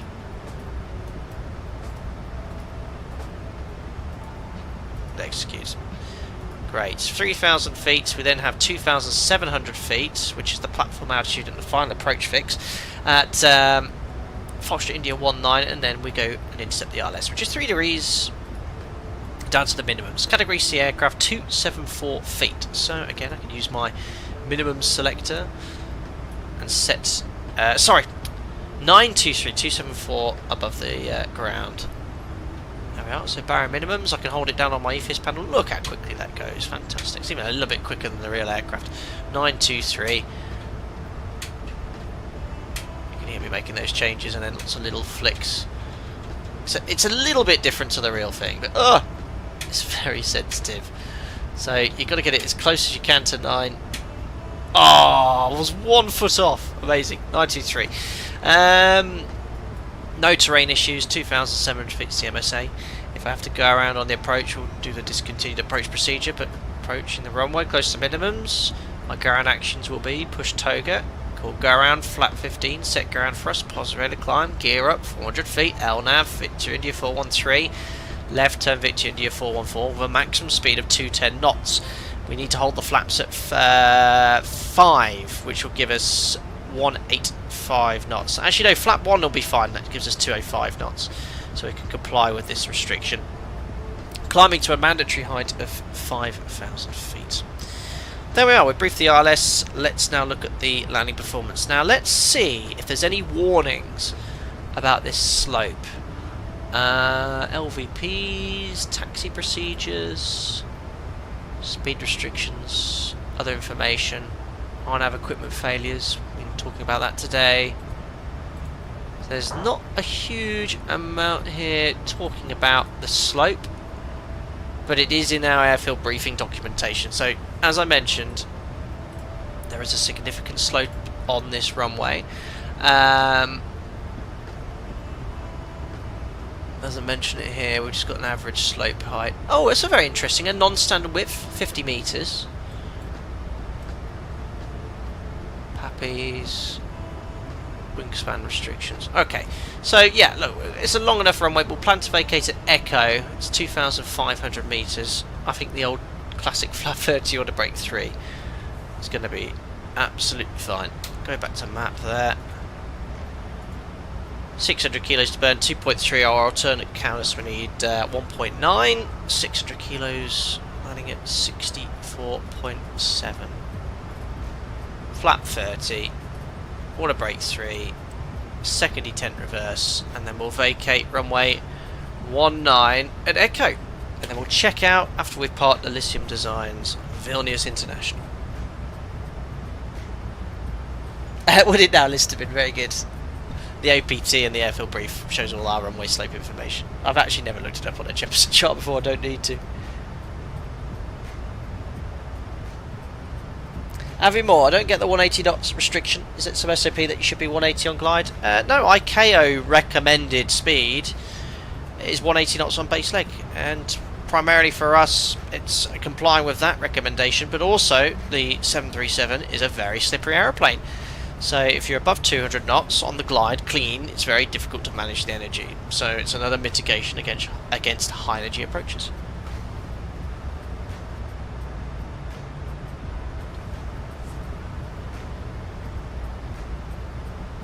Oh, ATIS is online apparently. Have we got some ATC later? Oh crikey, how many airports are online? We've got all of the Baltic countries. Yeah, there was an event in Tallinn, I think, today. I did consider going from Tallinn, but it was too short a flight. There it is. Tower frequency ATIS 125805. Let's see if I can right click it in. Charlie. Yes, I can. I love that. But the problem is it doesn't update here. This is Vilnius status information, Charlie. At time 16550 Zulu. Oh, let's copy Charlie. Runway in use 19. Expect ILS Zulu approach runway 19. Wind 140 degrees 8 knots. Visibility more than 10 kilometers. Cloud. View at 600 feet. Temperature 2 degrees. 2.1 cold. degrees. QNH 1013. Transition level 60. QNH changed. Advise on initial contact. You have information, Charlie. It's information, Charlie. 2 degrees. Not too far off having to make This cold is Vilnius status information, temperature Charlie. corrections. At time 1650 Zulu. Runway in use 19. Expect ILS Zulu approach runway 19. I've broken the radio Wind by 140 using. degrees 8 knots. Visibility more than 10 kilometers. Cloud. There we go. I broke the radio because I used the V-Pilot to directly tune the frequency. There we go. So yeah, nice day, guys. Winds from the southeast, 10k, few clouds at was it 600 feet? It said. Yeah, few at 600, 2 degrees, 1013's QNH, which I've updated. And there's your message. Reset MCP out. So no ATC at this present time. So what we'll do is initiate our descent in compliance with. Oh, ding dong! I got a ding dong. Oh well, I could just request descent using that. 133305.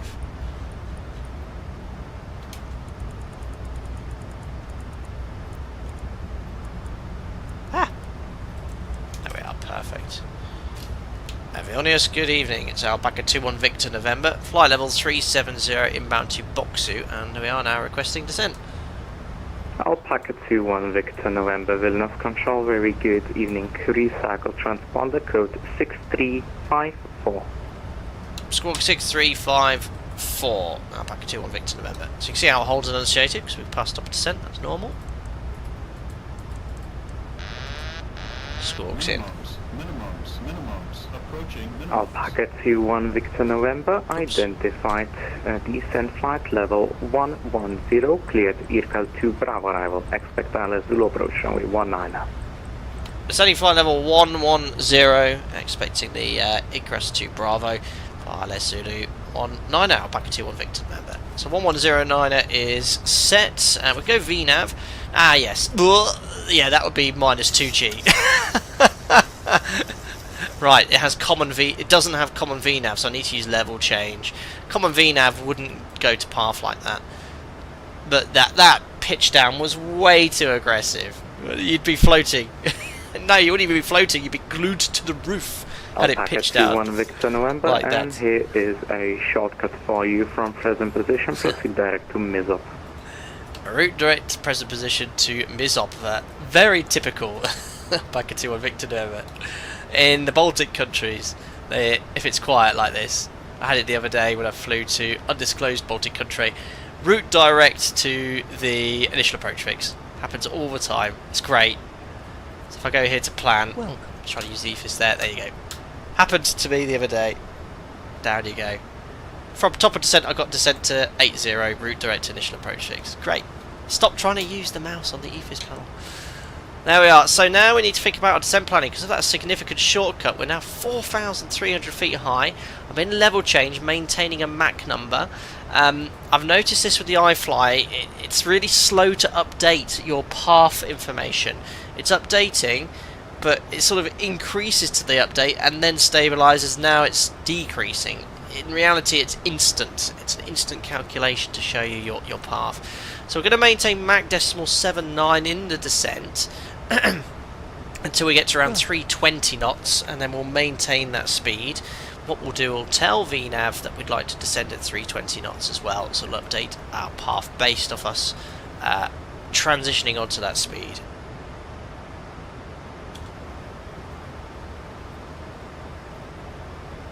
Fox, oh yeah, that's a good point actually.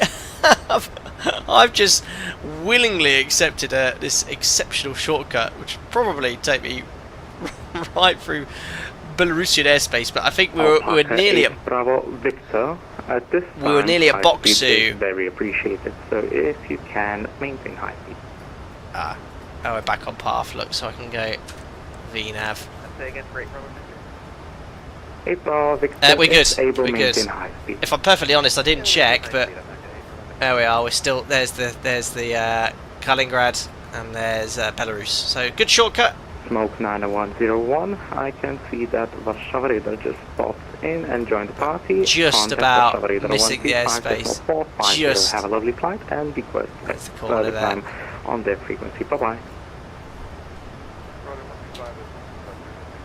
We actually have some boundaries that we could put in the FMC, which is quite Alpaca useful. 999, YM is up, cleared ILS, Zulu approach, So we've runway got traffic at 20 19, miles report ahead, established. but has been told to fly high speeds.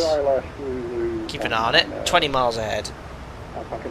Josiah, 280 knots. And Alpaca I'm doing 999, 320. QNH is 10. Well, I'll reduce to 280. QNH 1012, Alpaca 99. So 280. It's got to VNav path because it's not common VNav, so I'm going to go level change and bug 280 knots.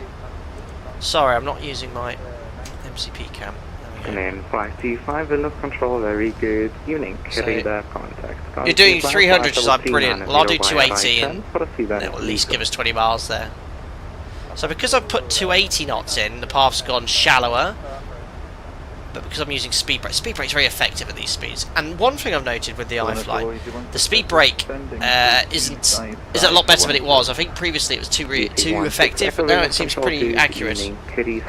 Very kind, Josiah. Placed 300's great.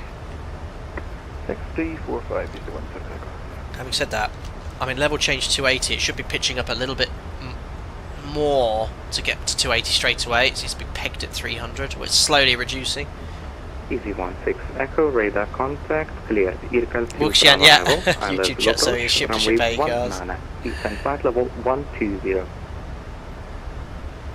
Yeah, so in level change, it should be immediately pitching to give me 280. Instead it's lazily going back to 280. It should be pitching up, then going to 280, then pitching down. Alpaca 8 Bravo Victor, check information delta is now valid.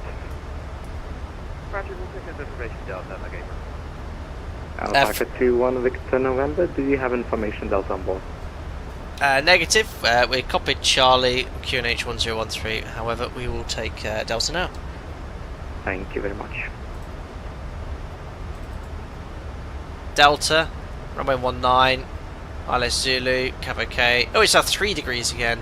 QNH 1012. Information Delta. Yeah, that's Delta. So preset QNH 1012. Right, we're back on path. Just gonna let it dip slightly below. There we are. VNav. Back to retard. Oh, that is insane. Oh, that pitch change was ridiculous. Yeah, again, that would have been way in excess of 2G at this sort of speed. True SB's just shy of 400 knots.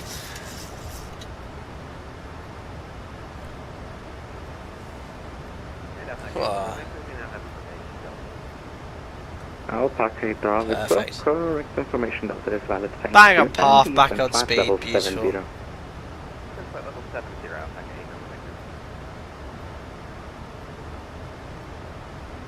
8 Hello again, Foamer. Because there's no mandatory out restriction of FAF, is it better? Are you telling me it's better, or you're asking if it's better? I'm not sure. I'm guessing based off your previous comments, you're telling me it will make absolutely no difference on the final approach fix if you put at or above, because it is the perfect height. So we never change it to at or above. There you go. As it's the final approach fix, 2,700.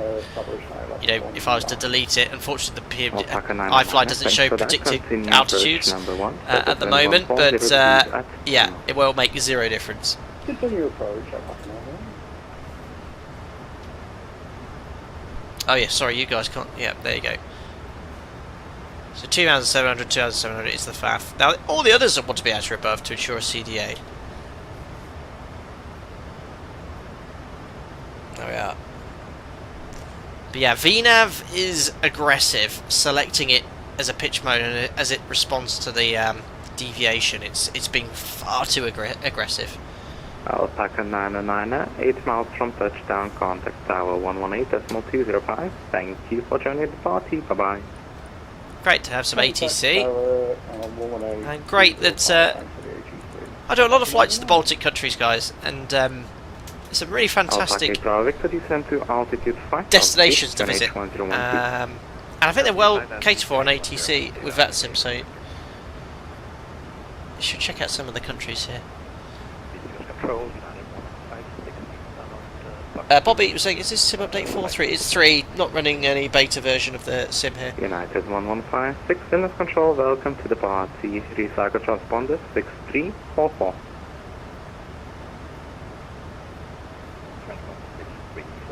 Awesome.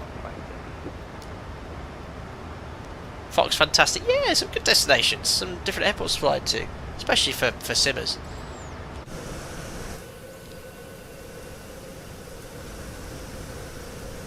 And there is Lithuania below. United 1156, identify Seatbelts coming on. descent flight level 100. Oh, cleared my start Irkutsk switches to have been Bravo, continuous for the expect entire standard approach, sector. Runway 19, information Delta. And my angular bank 25 degrees. Whoops. Anyway, now we're on path. It's doing a good job. Holding speed, holding the correct descent profile. There's a rough check, 15,000 feet. And we've got 62 miles, 18,000, but also 1,000 feet above the ground. Well, not 1,600. So it's looking good. Alpaca 8 Bravo Victor, well, high speed is always appreciated, so below 100, free speed. Ah, it's keeping the speed below 100, very good. Demon Tracer X-Plane looks better. I love X-Plane, you all know how much I do, but... yeah, 2024 looks a lot better. And you've got the world directly below you at all times. No ortho, I can start the sim, and it just works.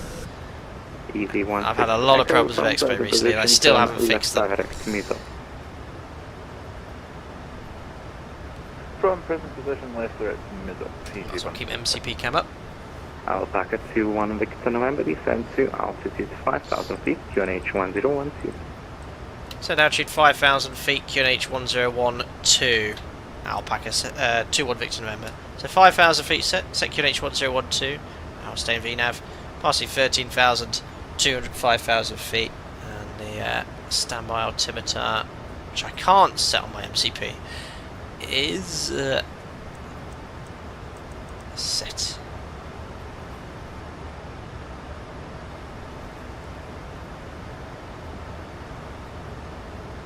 Funghai said flew 777 to Dortmund. Cool, that must have been slow. Yeah, he got denied. Yeah, that's likely Funghai. Dortmund is an incredibly short runway. I mean, it's performance limiting for a 737. You wouldn't get a 777 into Dortmund. Yes, that's quite realistic, to be fair, to be denied landing there in a 777.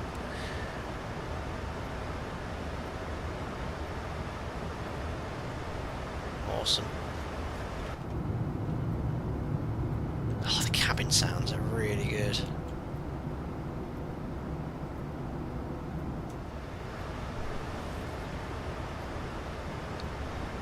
Well, if you've just tuned in, welcome on board Alpaca 21 Victor November of the iFly 737 MAX, descending into Vilnius, live weather, 12 hours behind live time. We're going to check out the Lisium Designs Vilnius scenery, which was released yesterday. Very exciting. And if you are enjoying the stream, don't forget to like as well. Alpaca 8 Bravo Victor, via Subscribe to Step States. Almost at 100,000 subscribers.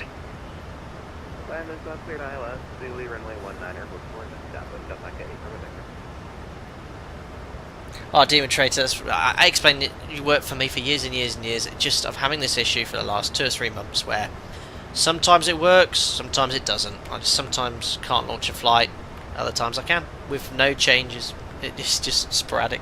I've done 2 full reinstalls, but that's for another day. Anyway, approaching the decel for 250 knots. Aircraft's pitching up. We'll do the post-cruise checks now. Fuel, 4 pumps, lights. Logos off, the APU's off, pressurization 2.5. Set. EZ16 Not APU, Echo angle descent bank. flight level 70. Recall and checks complete. We didn't log on to CPDLC. Scotty 2, I've been led to believe there's a lot of profiles for several different aircraft regarding the MCP. Whether I'm going to use this for other Boeing aircraft. I haven't decided yet. I think there's a profile for the PMDG 777, for example. But I think I might. I'm at the moment wanting to only use it for the 7-3.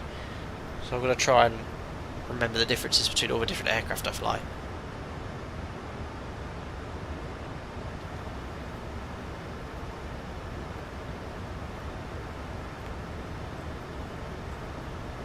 Right. Sasha started streaming recently. Have been mentioning Flight Sim and suggesting folk come across the subscribe to the channel. Got to get you to the 100,000. It's very kind, Sasha. Thank you. We'll have to get you guys to go check out Sasha's stream as well.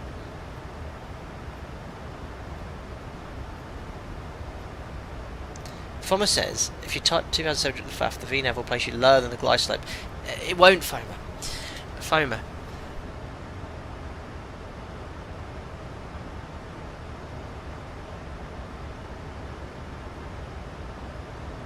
Alpaca 21 Victor November, speed 240 knots or greater.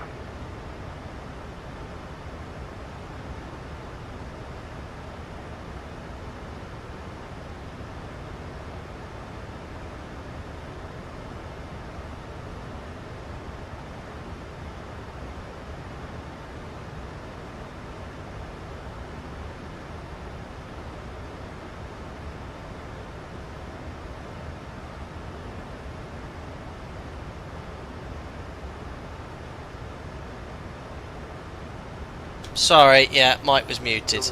Mike was muted. I accidentally coughed and I didn't put it back on. Thanks, guys. I was replying to the inputs from... I can't remember his name. This dude who keeps coming up telling me I'm doing it wrong. Foma. I've been flying the aircraft for about 15 years, sir. And I don't need to change this to ATRA above. This is a final approach fix, my friend. And VNAV, if you leave this hard, will ensure that you're exactly at glide slope capture if you leave this hard. Every altitude prior to the final approach fix, you do want to change to ATRA above. Brickhead, he's had enough. United Never had enough. 115, Every altitude prior to fire, you want to change to ATRA above. But I appreciate your input nonetheless. Easy 16 second incredibly distance critical. altitude 5,000 feet, QNH 1012, speed 240 knots or less. So he wanted 240 knots or greater. Our path is fine. We've got the decel point here to ensure that the aircraft's doing 180 knots, or firstly 230 knots at MISOP. So we can just leave it in view. Victor, 9 miles from touchdown, contact Vilnius Tower 118.205. Thank you very much. Lovely landing, bye bye. Right. Thanks very much for the service.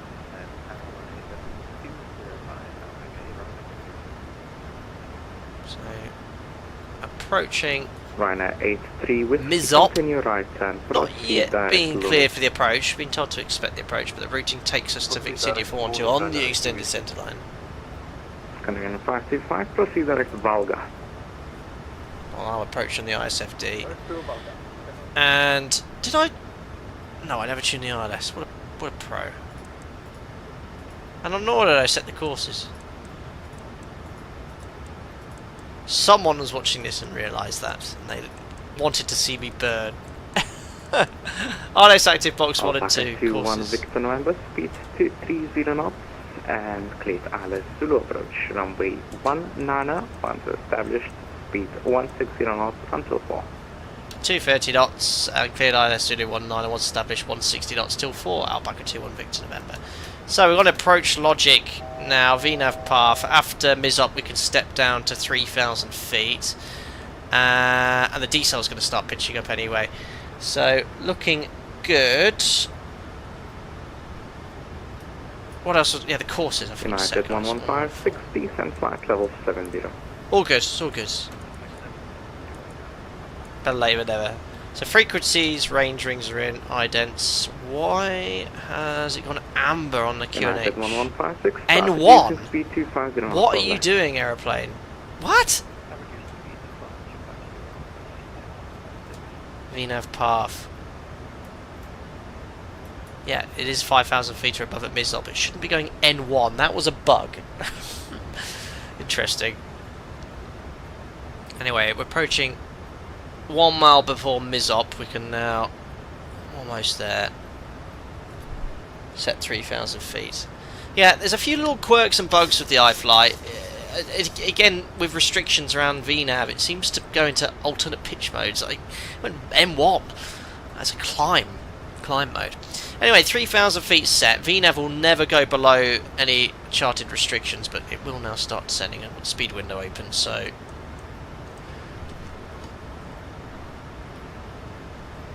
matching the heading, and we'll go flap 1. Match the speed. So approach logic, it will stay in path. This doesn't have common VNAV. Look at the sun there as well. Speed check flap 5. Match the speed. Nearly pressed the cursor there.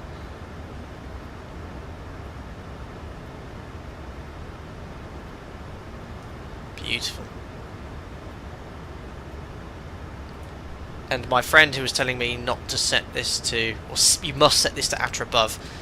Watch where it's going to place me on the glide slope, okay?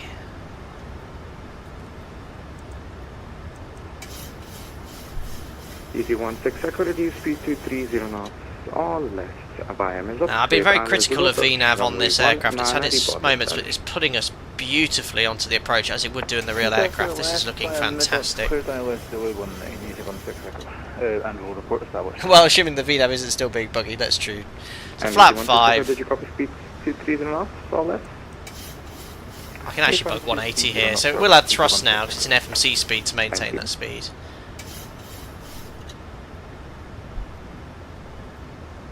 United 1156, reduce speed to 30 knots. There we are, turning final. Perfectly on glide slope without having to put outer above because it's exactly at the final approach fix on the correct path. Arming approach, correct sensing. Localizer, glide slope capture. Runway heading 194. Missed approach altitude 5,000 feet. Set. Fantastic. Now, would you look at that? The glide slope is placing me on the path exactly. Anyway, let's now continue the approach. We'll configure around 4 miles and advise approach we're fully established. Alpaca 2, 1 Victor November is established. ILS Zulu runway 19, 9 miles. Alpaca 2, 1 Victor November, absolutely well done. 9 miles from touchdown, contact tower 118.205. See ya, bye bye. 118205, and thank you very much for your service evening. Alpaca 2, 1 Victor November. Goodbye, set. See? Why can't all my people in chat be as sort of rewarding as that? Why don't any of you guys in chat, could you just go, well done, Flydeck Sim. You flew an ILS. That's good. All this negativity in chat. Critique. Look, I'm human. I make mistakes. I know how to program the FMC, I think. I'm with Tower, guys. Mike, India, Juliet and Zulu. Taxi to go, point runway 19er by Lima. Such a pro. Thanks, Lisbon. Thank you. Thank you. 18.9er. It's, there we are. Vilnius Tower, very good evening. Alpaca 2, 1 Victor November. ILS Zulu 19 at approaching 6 miles. Alpaca 2, 1 Victor November, Windstar, hello. Continue approach, runway 19er, wind departure prior to. Continue approach runway 19, that's copied. Alpaca 2, 1 Victor November. Not a person. Well done, like it's your day job. I have to say, Sim is looking absolutely stunning. Very, very nice. Cheers, Gary. You are a skillful flyer of the ILS. And Alpaca 2 1 Victor November, wind 140 degrees at 10 knots, runway 19er, clear to land. 19er cleared to land. Alpaca 2, 1 Victor November. Right, approaching 4 miles. Gear down. Flap 15. Matching speed. There we are. Landing checklist. 30 knot headwind. Wow. Start switch is continuous. Recall. I was actually looking for the recall here next to the MCP. Recall checked. That's muscle memory. Speed brake. 5 minute delay for departure. Arm green light. Landing gear down 3 green. Auto brake is set to 3. And with 1859er, sim for you. Flap 30. Some departure delays by the sounds of it. Our flaps, we have 30 green light, lights on, clear to land, checklist complete. So, I'm gonna give you a bit of a delay. as we discussed, there's a significant downslope on this runway. It gives you the impression that you feel low. Don't fall for that optical illusion, okay? Keep it descending, and there'll be very much a tendency for you want to float here. Now, I have a little issue with the MCP here. I'm just going to go to yoke cam. Not the MCP per se, but if I disconnect the autopilot, I can't do it like that. The only way I can do it is to press this, like so. Okay, and then press that to cancel the horn. The auto throttle disconnect works. There we are. And then I have to push this to cancel it as well. Perfect. Oh my gosh, my speed. Right, so look at that. We're on the correct path, guys. 2 reds, 2 whites. We're bang on the glide slope now. Doesn't it look like you're low? Okay, and that is because of that downslope. This is a threat to all the different shaped runways you have to fly onto the approach for. There's a huge downslope for the first sort of third of the runway here. Minimum. Checked. Well, there's a bit of a queue at the whole point, isn't there? Minimum. Alright, I'm being blown a little bit right of centre line. Don't ever want to be downwind on a crosswind. Nicely correcting back onto the centre. There we are, a little bit high. Look at that downslope, that's crazy. 50, 40, 30, Check. 20. Hardly any check 10. needed. Don't have to raise the nose at all here, because it's downslope. Oh, ignore the feet per minute. That's based off my rate of descent. Speed brakes up. We'll go idle reverse. 100 knots. 80 knots. Manual braking. Water brake disarm. 60 knots. And keep braking. Cancel reverse. Ladies and gentlemen, welcome to Vilnius.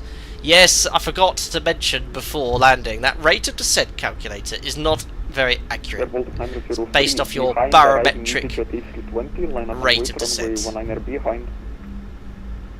It was not minus 299. I saw it at the corner of my eye.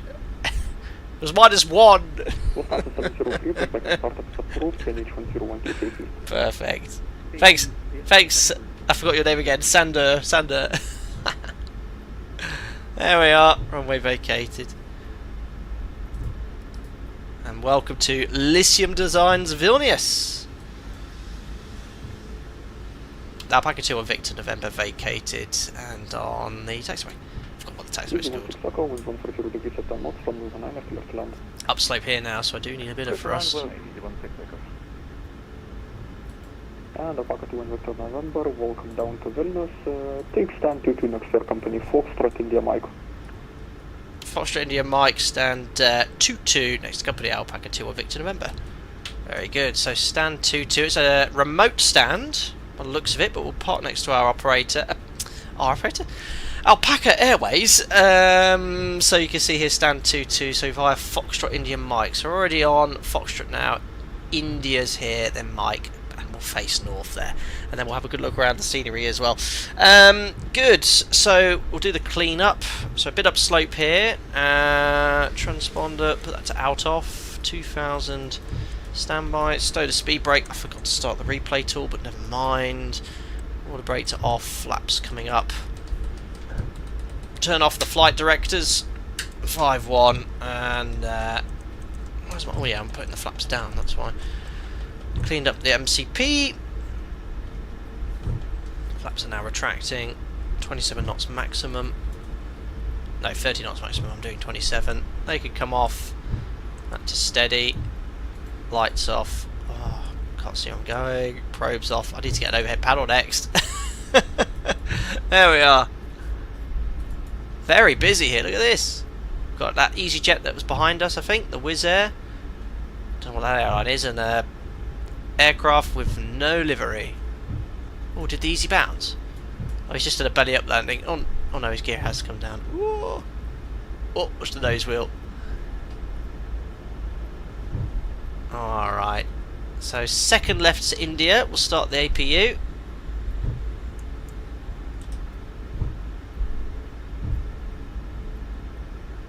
It's not really a second left, it's actually left here, look, India.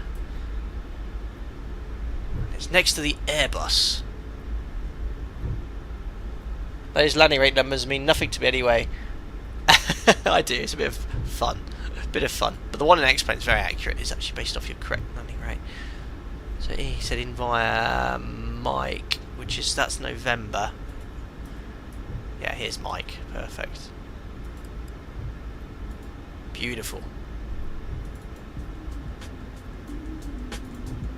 So with the Max, once you've landed, sort of 3 minutes after your landing, you can shut one of the engines down, save a bit of fuel.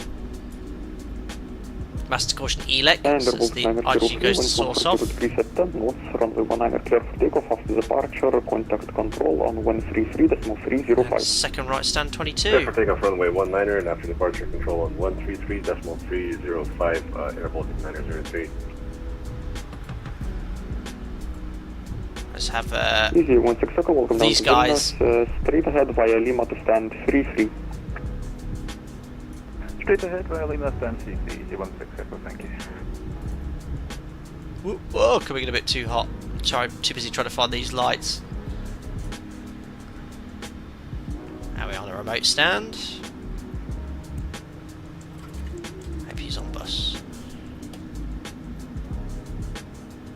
Taxis really nicely single engine, the iFly. Josiah, nice to park next to you. There we are. See the autumnal leaves as well. Taxi to holding point runway 19 via Lima, Mike, India, Foxtrot and Zulu. Oh no, I want to butter parking today. Come on, engine, spool up. Butter. Surely some incredible reward for that parking. Right, parking brake set. 2 blues, 1 red. Engine number 1 is dead. Ladies and gentlemen, welcome to Lisium Design Vilnius. Seatbelt sign can come off. Open the isolation valve. APU bleed on. It is very cold outside, remember. 2 degrees. Hand ignition light off. After verify, reduction N2 and M1 and N2 below 20%. Close the flight. Marshal's got to go get the next aircraft and we can request a boarding. There we are. Alpaca Airways here at Vilnius. We should open a base here. Very, very cool. Right, let's see how we did on New Sky. Very busy here. Loads of traffic. There's an event in Tallinn, so I think a lot of aircraft are flying there. No return sector today. I'm going to go have my dinner at 7:30. Amazing. Let's see how we did on New Sky. Let's have a look here. What do you guys reckon in chat? I got on New Sky this evening. I think you can probably tell from my reaction. And this one does have a much more accurate landing rate, doesn't it? Yes, yes it does. 1.1 G, 140 feet per minute. In challenging conditions. Yes, very challenging. Good distance from threshold, a bit floaty, but probably within the landing flare allowance. Central deviation small. There we are. Fuel used is lower than estimated because I'm in the max, just sipping fuel. Valerie, why do you do that 2 blue 1 red engine dead? Just to ensure that the APU's powering up the aircraft and the engines aren't, and that the parking brake sets you don't roll. It's a nice little mnemonic. Beautiful. There we are. Right, I'll get rid of the overlay. And there is Lufthansa. Probably going back to Berlin or somewhere in Germany, obviously. Are the challenging conditions with us now? Yes, yes, yes, yes. Very challenging, very challenging. But anyway, let's go check out this scenery. 20 euros from Lisium Designs, released yesterday. I have their Riga scenery, which was sent to me at the beginning of the year. Very nice airport indeed. And very FPS friendly, you'll be pleased to know. Obviously, it's not a huge airport. This does represent the capital of Lithuania very, very nicely. So, plenty of parking stands. We've obviously ended up on a remote stand today, but you have all of the jetways and air bridges working. I parked on here earlier at the beginning of the stream. And you have a model terminal. So in here, you can see all the correct sort of designs and whatnot here. I think this one over here I was in earlier. Has lots of detail. If I can find and get myself into it. There we go. So nice curve there. There's Finnair. You've got a little mini lounge here if you're a premium passenger, and you've got I Love Vilnius signs. But very nice indeed. All the correct signage. There's a little cafe here. I know a lot of you love the details in here as well. But if you're just wanting to fly in and out, as an airline pilot. You've got all the required details. You've got ILS box 1 and 2. ILS on both ends, so a very easy airport to operate into with a number of RMP and non-precision approaches available. Both 2020 and 2024 available, list them in as well. Very nice indeed. I can put it at night if you wanted to silver night lighting. It is superb. You've got some... I hope it wasn't a youth that broke into the airport and did this spray painting, but very nice. Fuel bowsers and a bit of detail just outside the airport as well. Like lots of major international airports, there are located at IKEA just outside. And the flat pack furniture hardware is available. All the car parks here as well, and just outside the terminal there's some nice details too. There's some very gorgeous graffiti as well. Good evening, Sir Jill, how are you? Very well indeed, thank you. There we are. That's just the beginning of... Oh no, I think that's the train station, I think. Is there a train station there, guys, or something? I don't know. I saw a different entrance earlier. No, I came in this way, I think. Yeah, there we go. So in here you've got the departures boards. No Alpaca Airways, unfortunately. But if you're an avid follower of LOT, Ryanair, Saturn Air Baltic, there's several operations in and out of this airport. I think they're all based here. Otherwise, several other airlines fly into. But Alpaca Airways do several flights here every day. Very nice detail. Here's security as well. Very nice indeed. Is there a tower model? There is.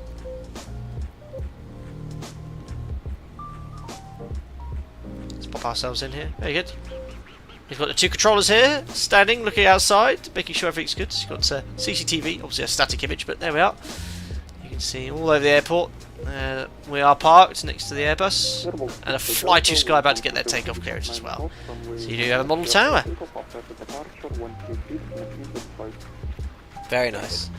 Lovely little details. These third-party developers really go out of their way, and the layouts as of the current design as well.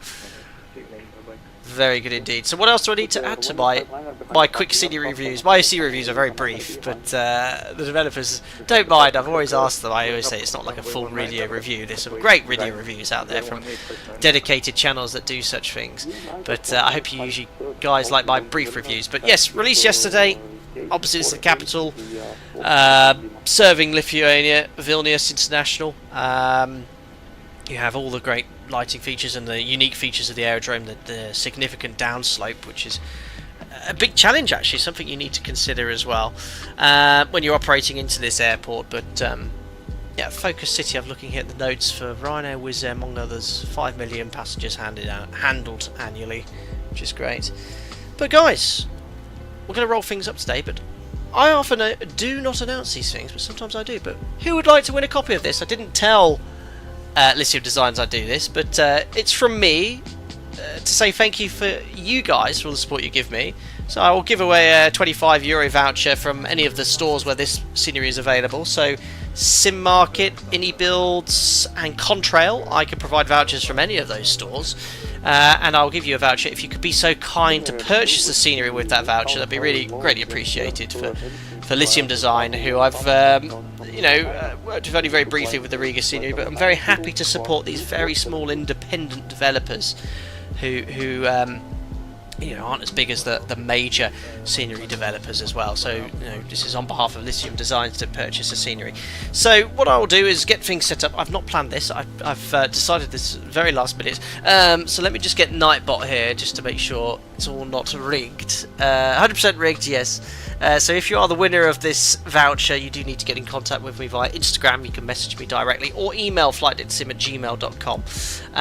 So giveaways, we want to have keyword giveaway next. I will tell you what that keyword is in a second. Ignore chat right now. Keyword is, what is the format code? Found it. Right. Listen carefully. Lock modifier none. Okay, keyword anti-spam enabled. Yes. Done. Okay. Oh no, hold on. I made a mistake. Options. Reset. Giveaway options. Alright, yeah, there we go. I made a mistake. Right, don't start yet. Don't start yet. Right, remove spammers. Yes, it's been cleared. That's the anti-spam is on. Yeah, that way you can't put it in multiple times. Okay, just to show you it's unrigged, I can use multiple cameras I have now for my streaming. So there you go. done.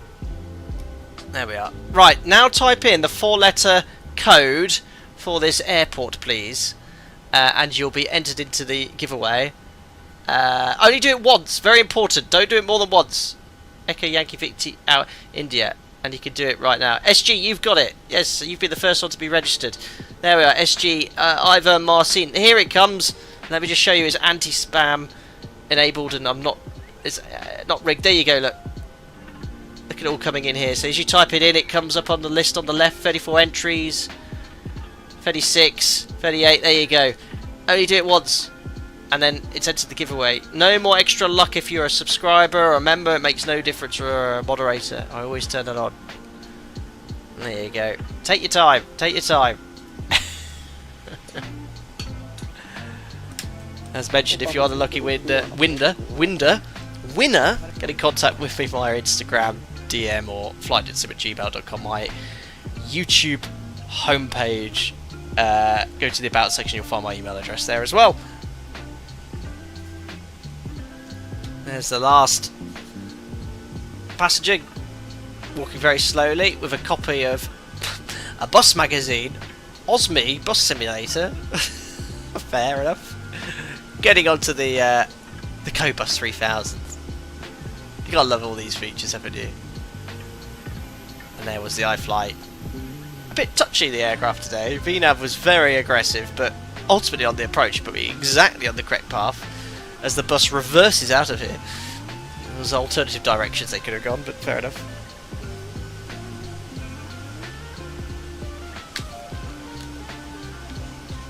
Beautiful. There's an aircraft floating on out of there. It's a United Airbus A320, very long way from home. So when's vPilot going to fix this gear issue? I know if I disconnect and reconnect now like this, hopefully the gear will be down. There you go, look, gears now appeared. Oh, the bus is just doing a flyby. There we go. Awesome, someone's engines are spawning up. Right, I think enough of you entered the giveaway, 50 in total. So what I'm going to do is roll it. It'll come up in chat who the winner is. So the winner... Wait, I don't have my soundboard up. Hold on. Right, let me just pause my music. Winner is... Dave Cat 1458. Dave Cat 1458. An unknown following status. Are you a member? I can't remember. Dave Cat 1458, could you let yourself know? Hello Vilnius Tower, thank you very much for popping into the stream today. Hope you're doing well. Dave Cat goes, whoa! He's here. Well done, Dave Cat. I think you're Dave Cat. I recognise the name. No, you're not a member. Unrigged. Dave Cat 1458. You do me a favour, go to my Instagram, or if you don't have social media, email me flightsim@gmail.com. The only request I make is that you show me on your YouTube page your handle with the logout screen so I know it's you. Send that as a screenshot or a photo. It just prevents some imbecile individuals who sometimes claim it's not being the winner. I've only had that once in the last few years, but as a preventative measure I do ask that.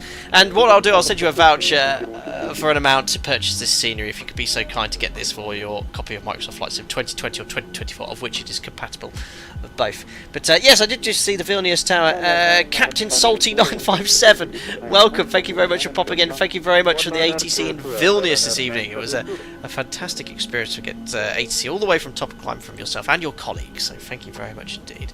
Anyway, we'll call that a day today. Thank you very much indeed for popping in, all of you, today. Firstly, I'd like to say thank you to Lisium Designs for sending me a copy of their Vilnius scenery. You should go check them out. Very small independent developer who's making sceneries. I think this is your third or fourth release. Riga is your main one. You've got a couple of other airports, Palenga and another one too. But thank you very much for giving me access to the scenery and showcasing it today. But yeah, you can go check it out in all the reputable flight sim stores, guys. It was available from yesterday. But yes, great stream. iFly 737 Max still in beta for 2024. I'm not sure, but a bit quirky with VNAV, a few things here and there. But overall, it's a very well modelled 737 737 MAX. You know, I've been flying the aircraft all week, and jumping into this, it's a very similar experience to what I have to, I'll say deal with at work, but fly at work with. It's a fine add-on, and one I still thoroughly recommend.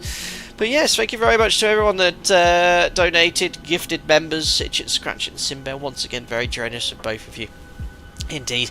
No stream tomorrow. It'll either be Thursday or Friday. The plan is to do a flight sim, an F1 positioning flight from Austin, Texas, which was the Grand Prix last weekend, to Mexico City.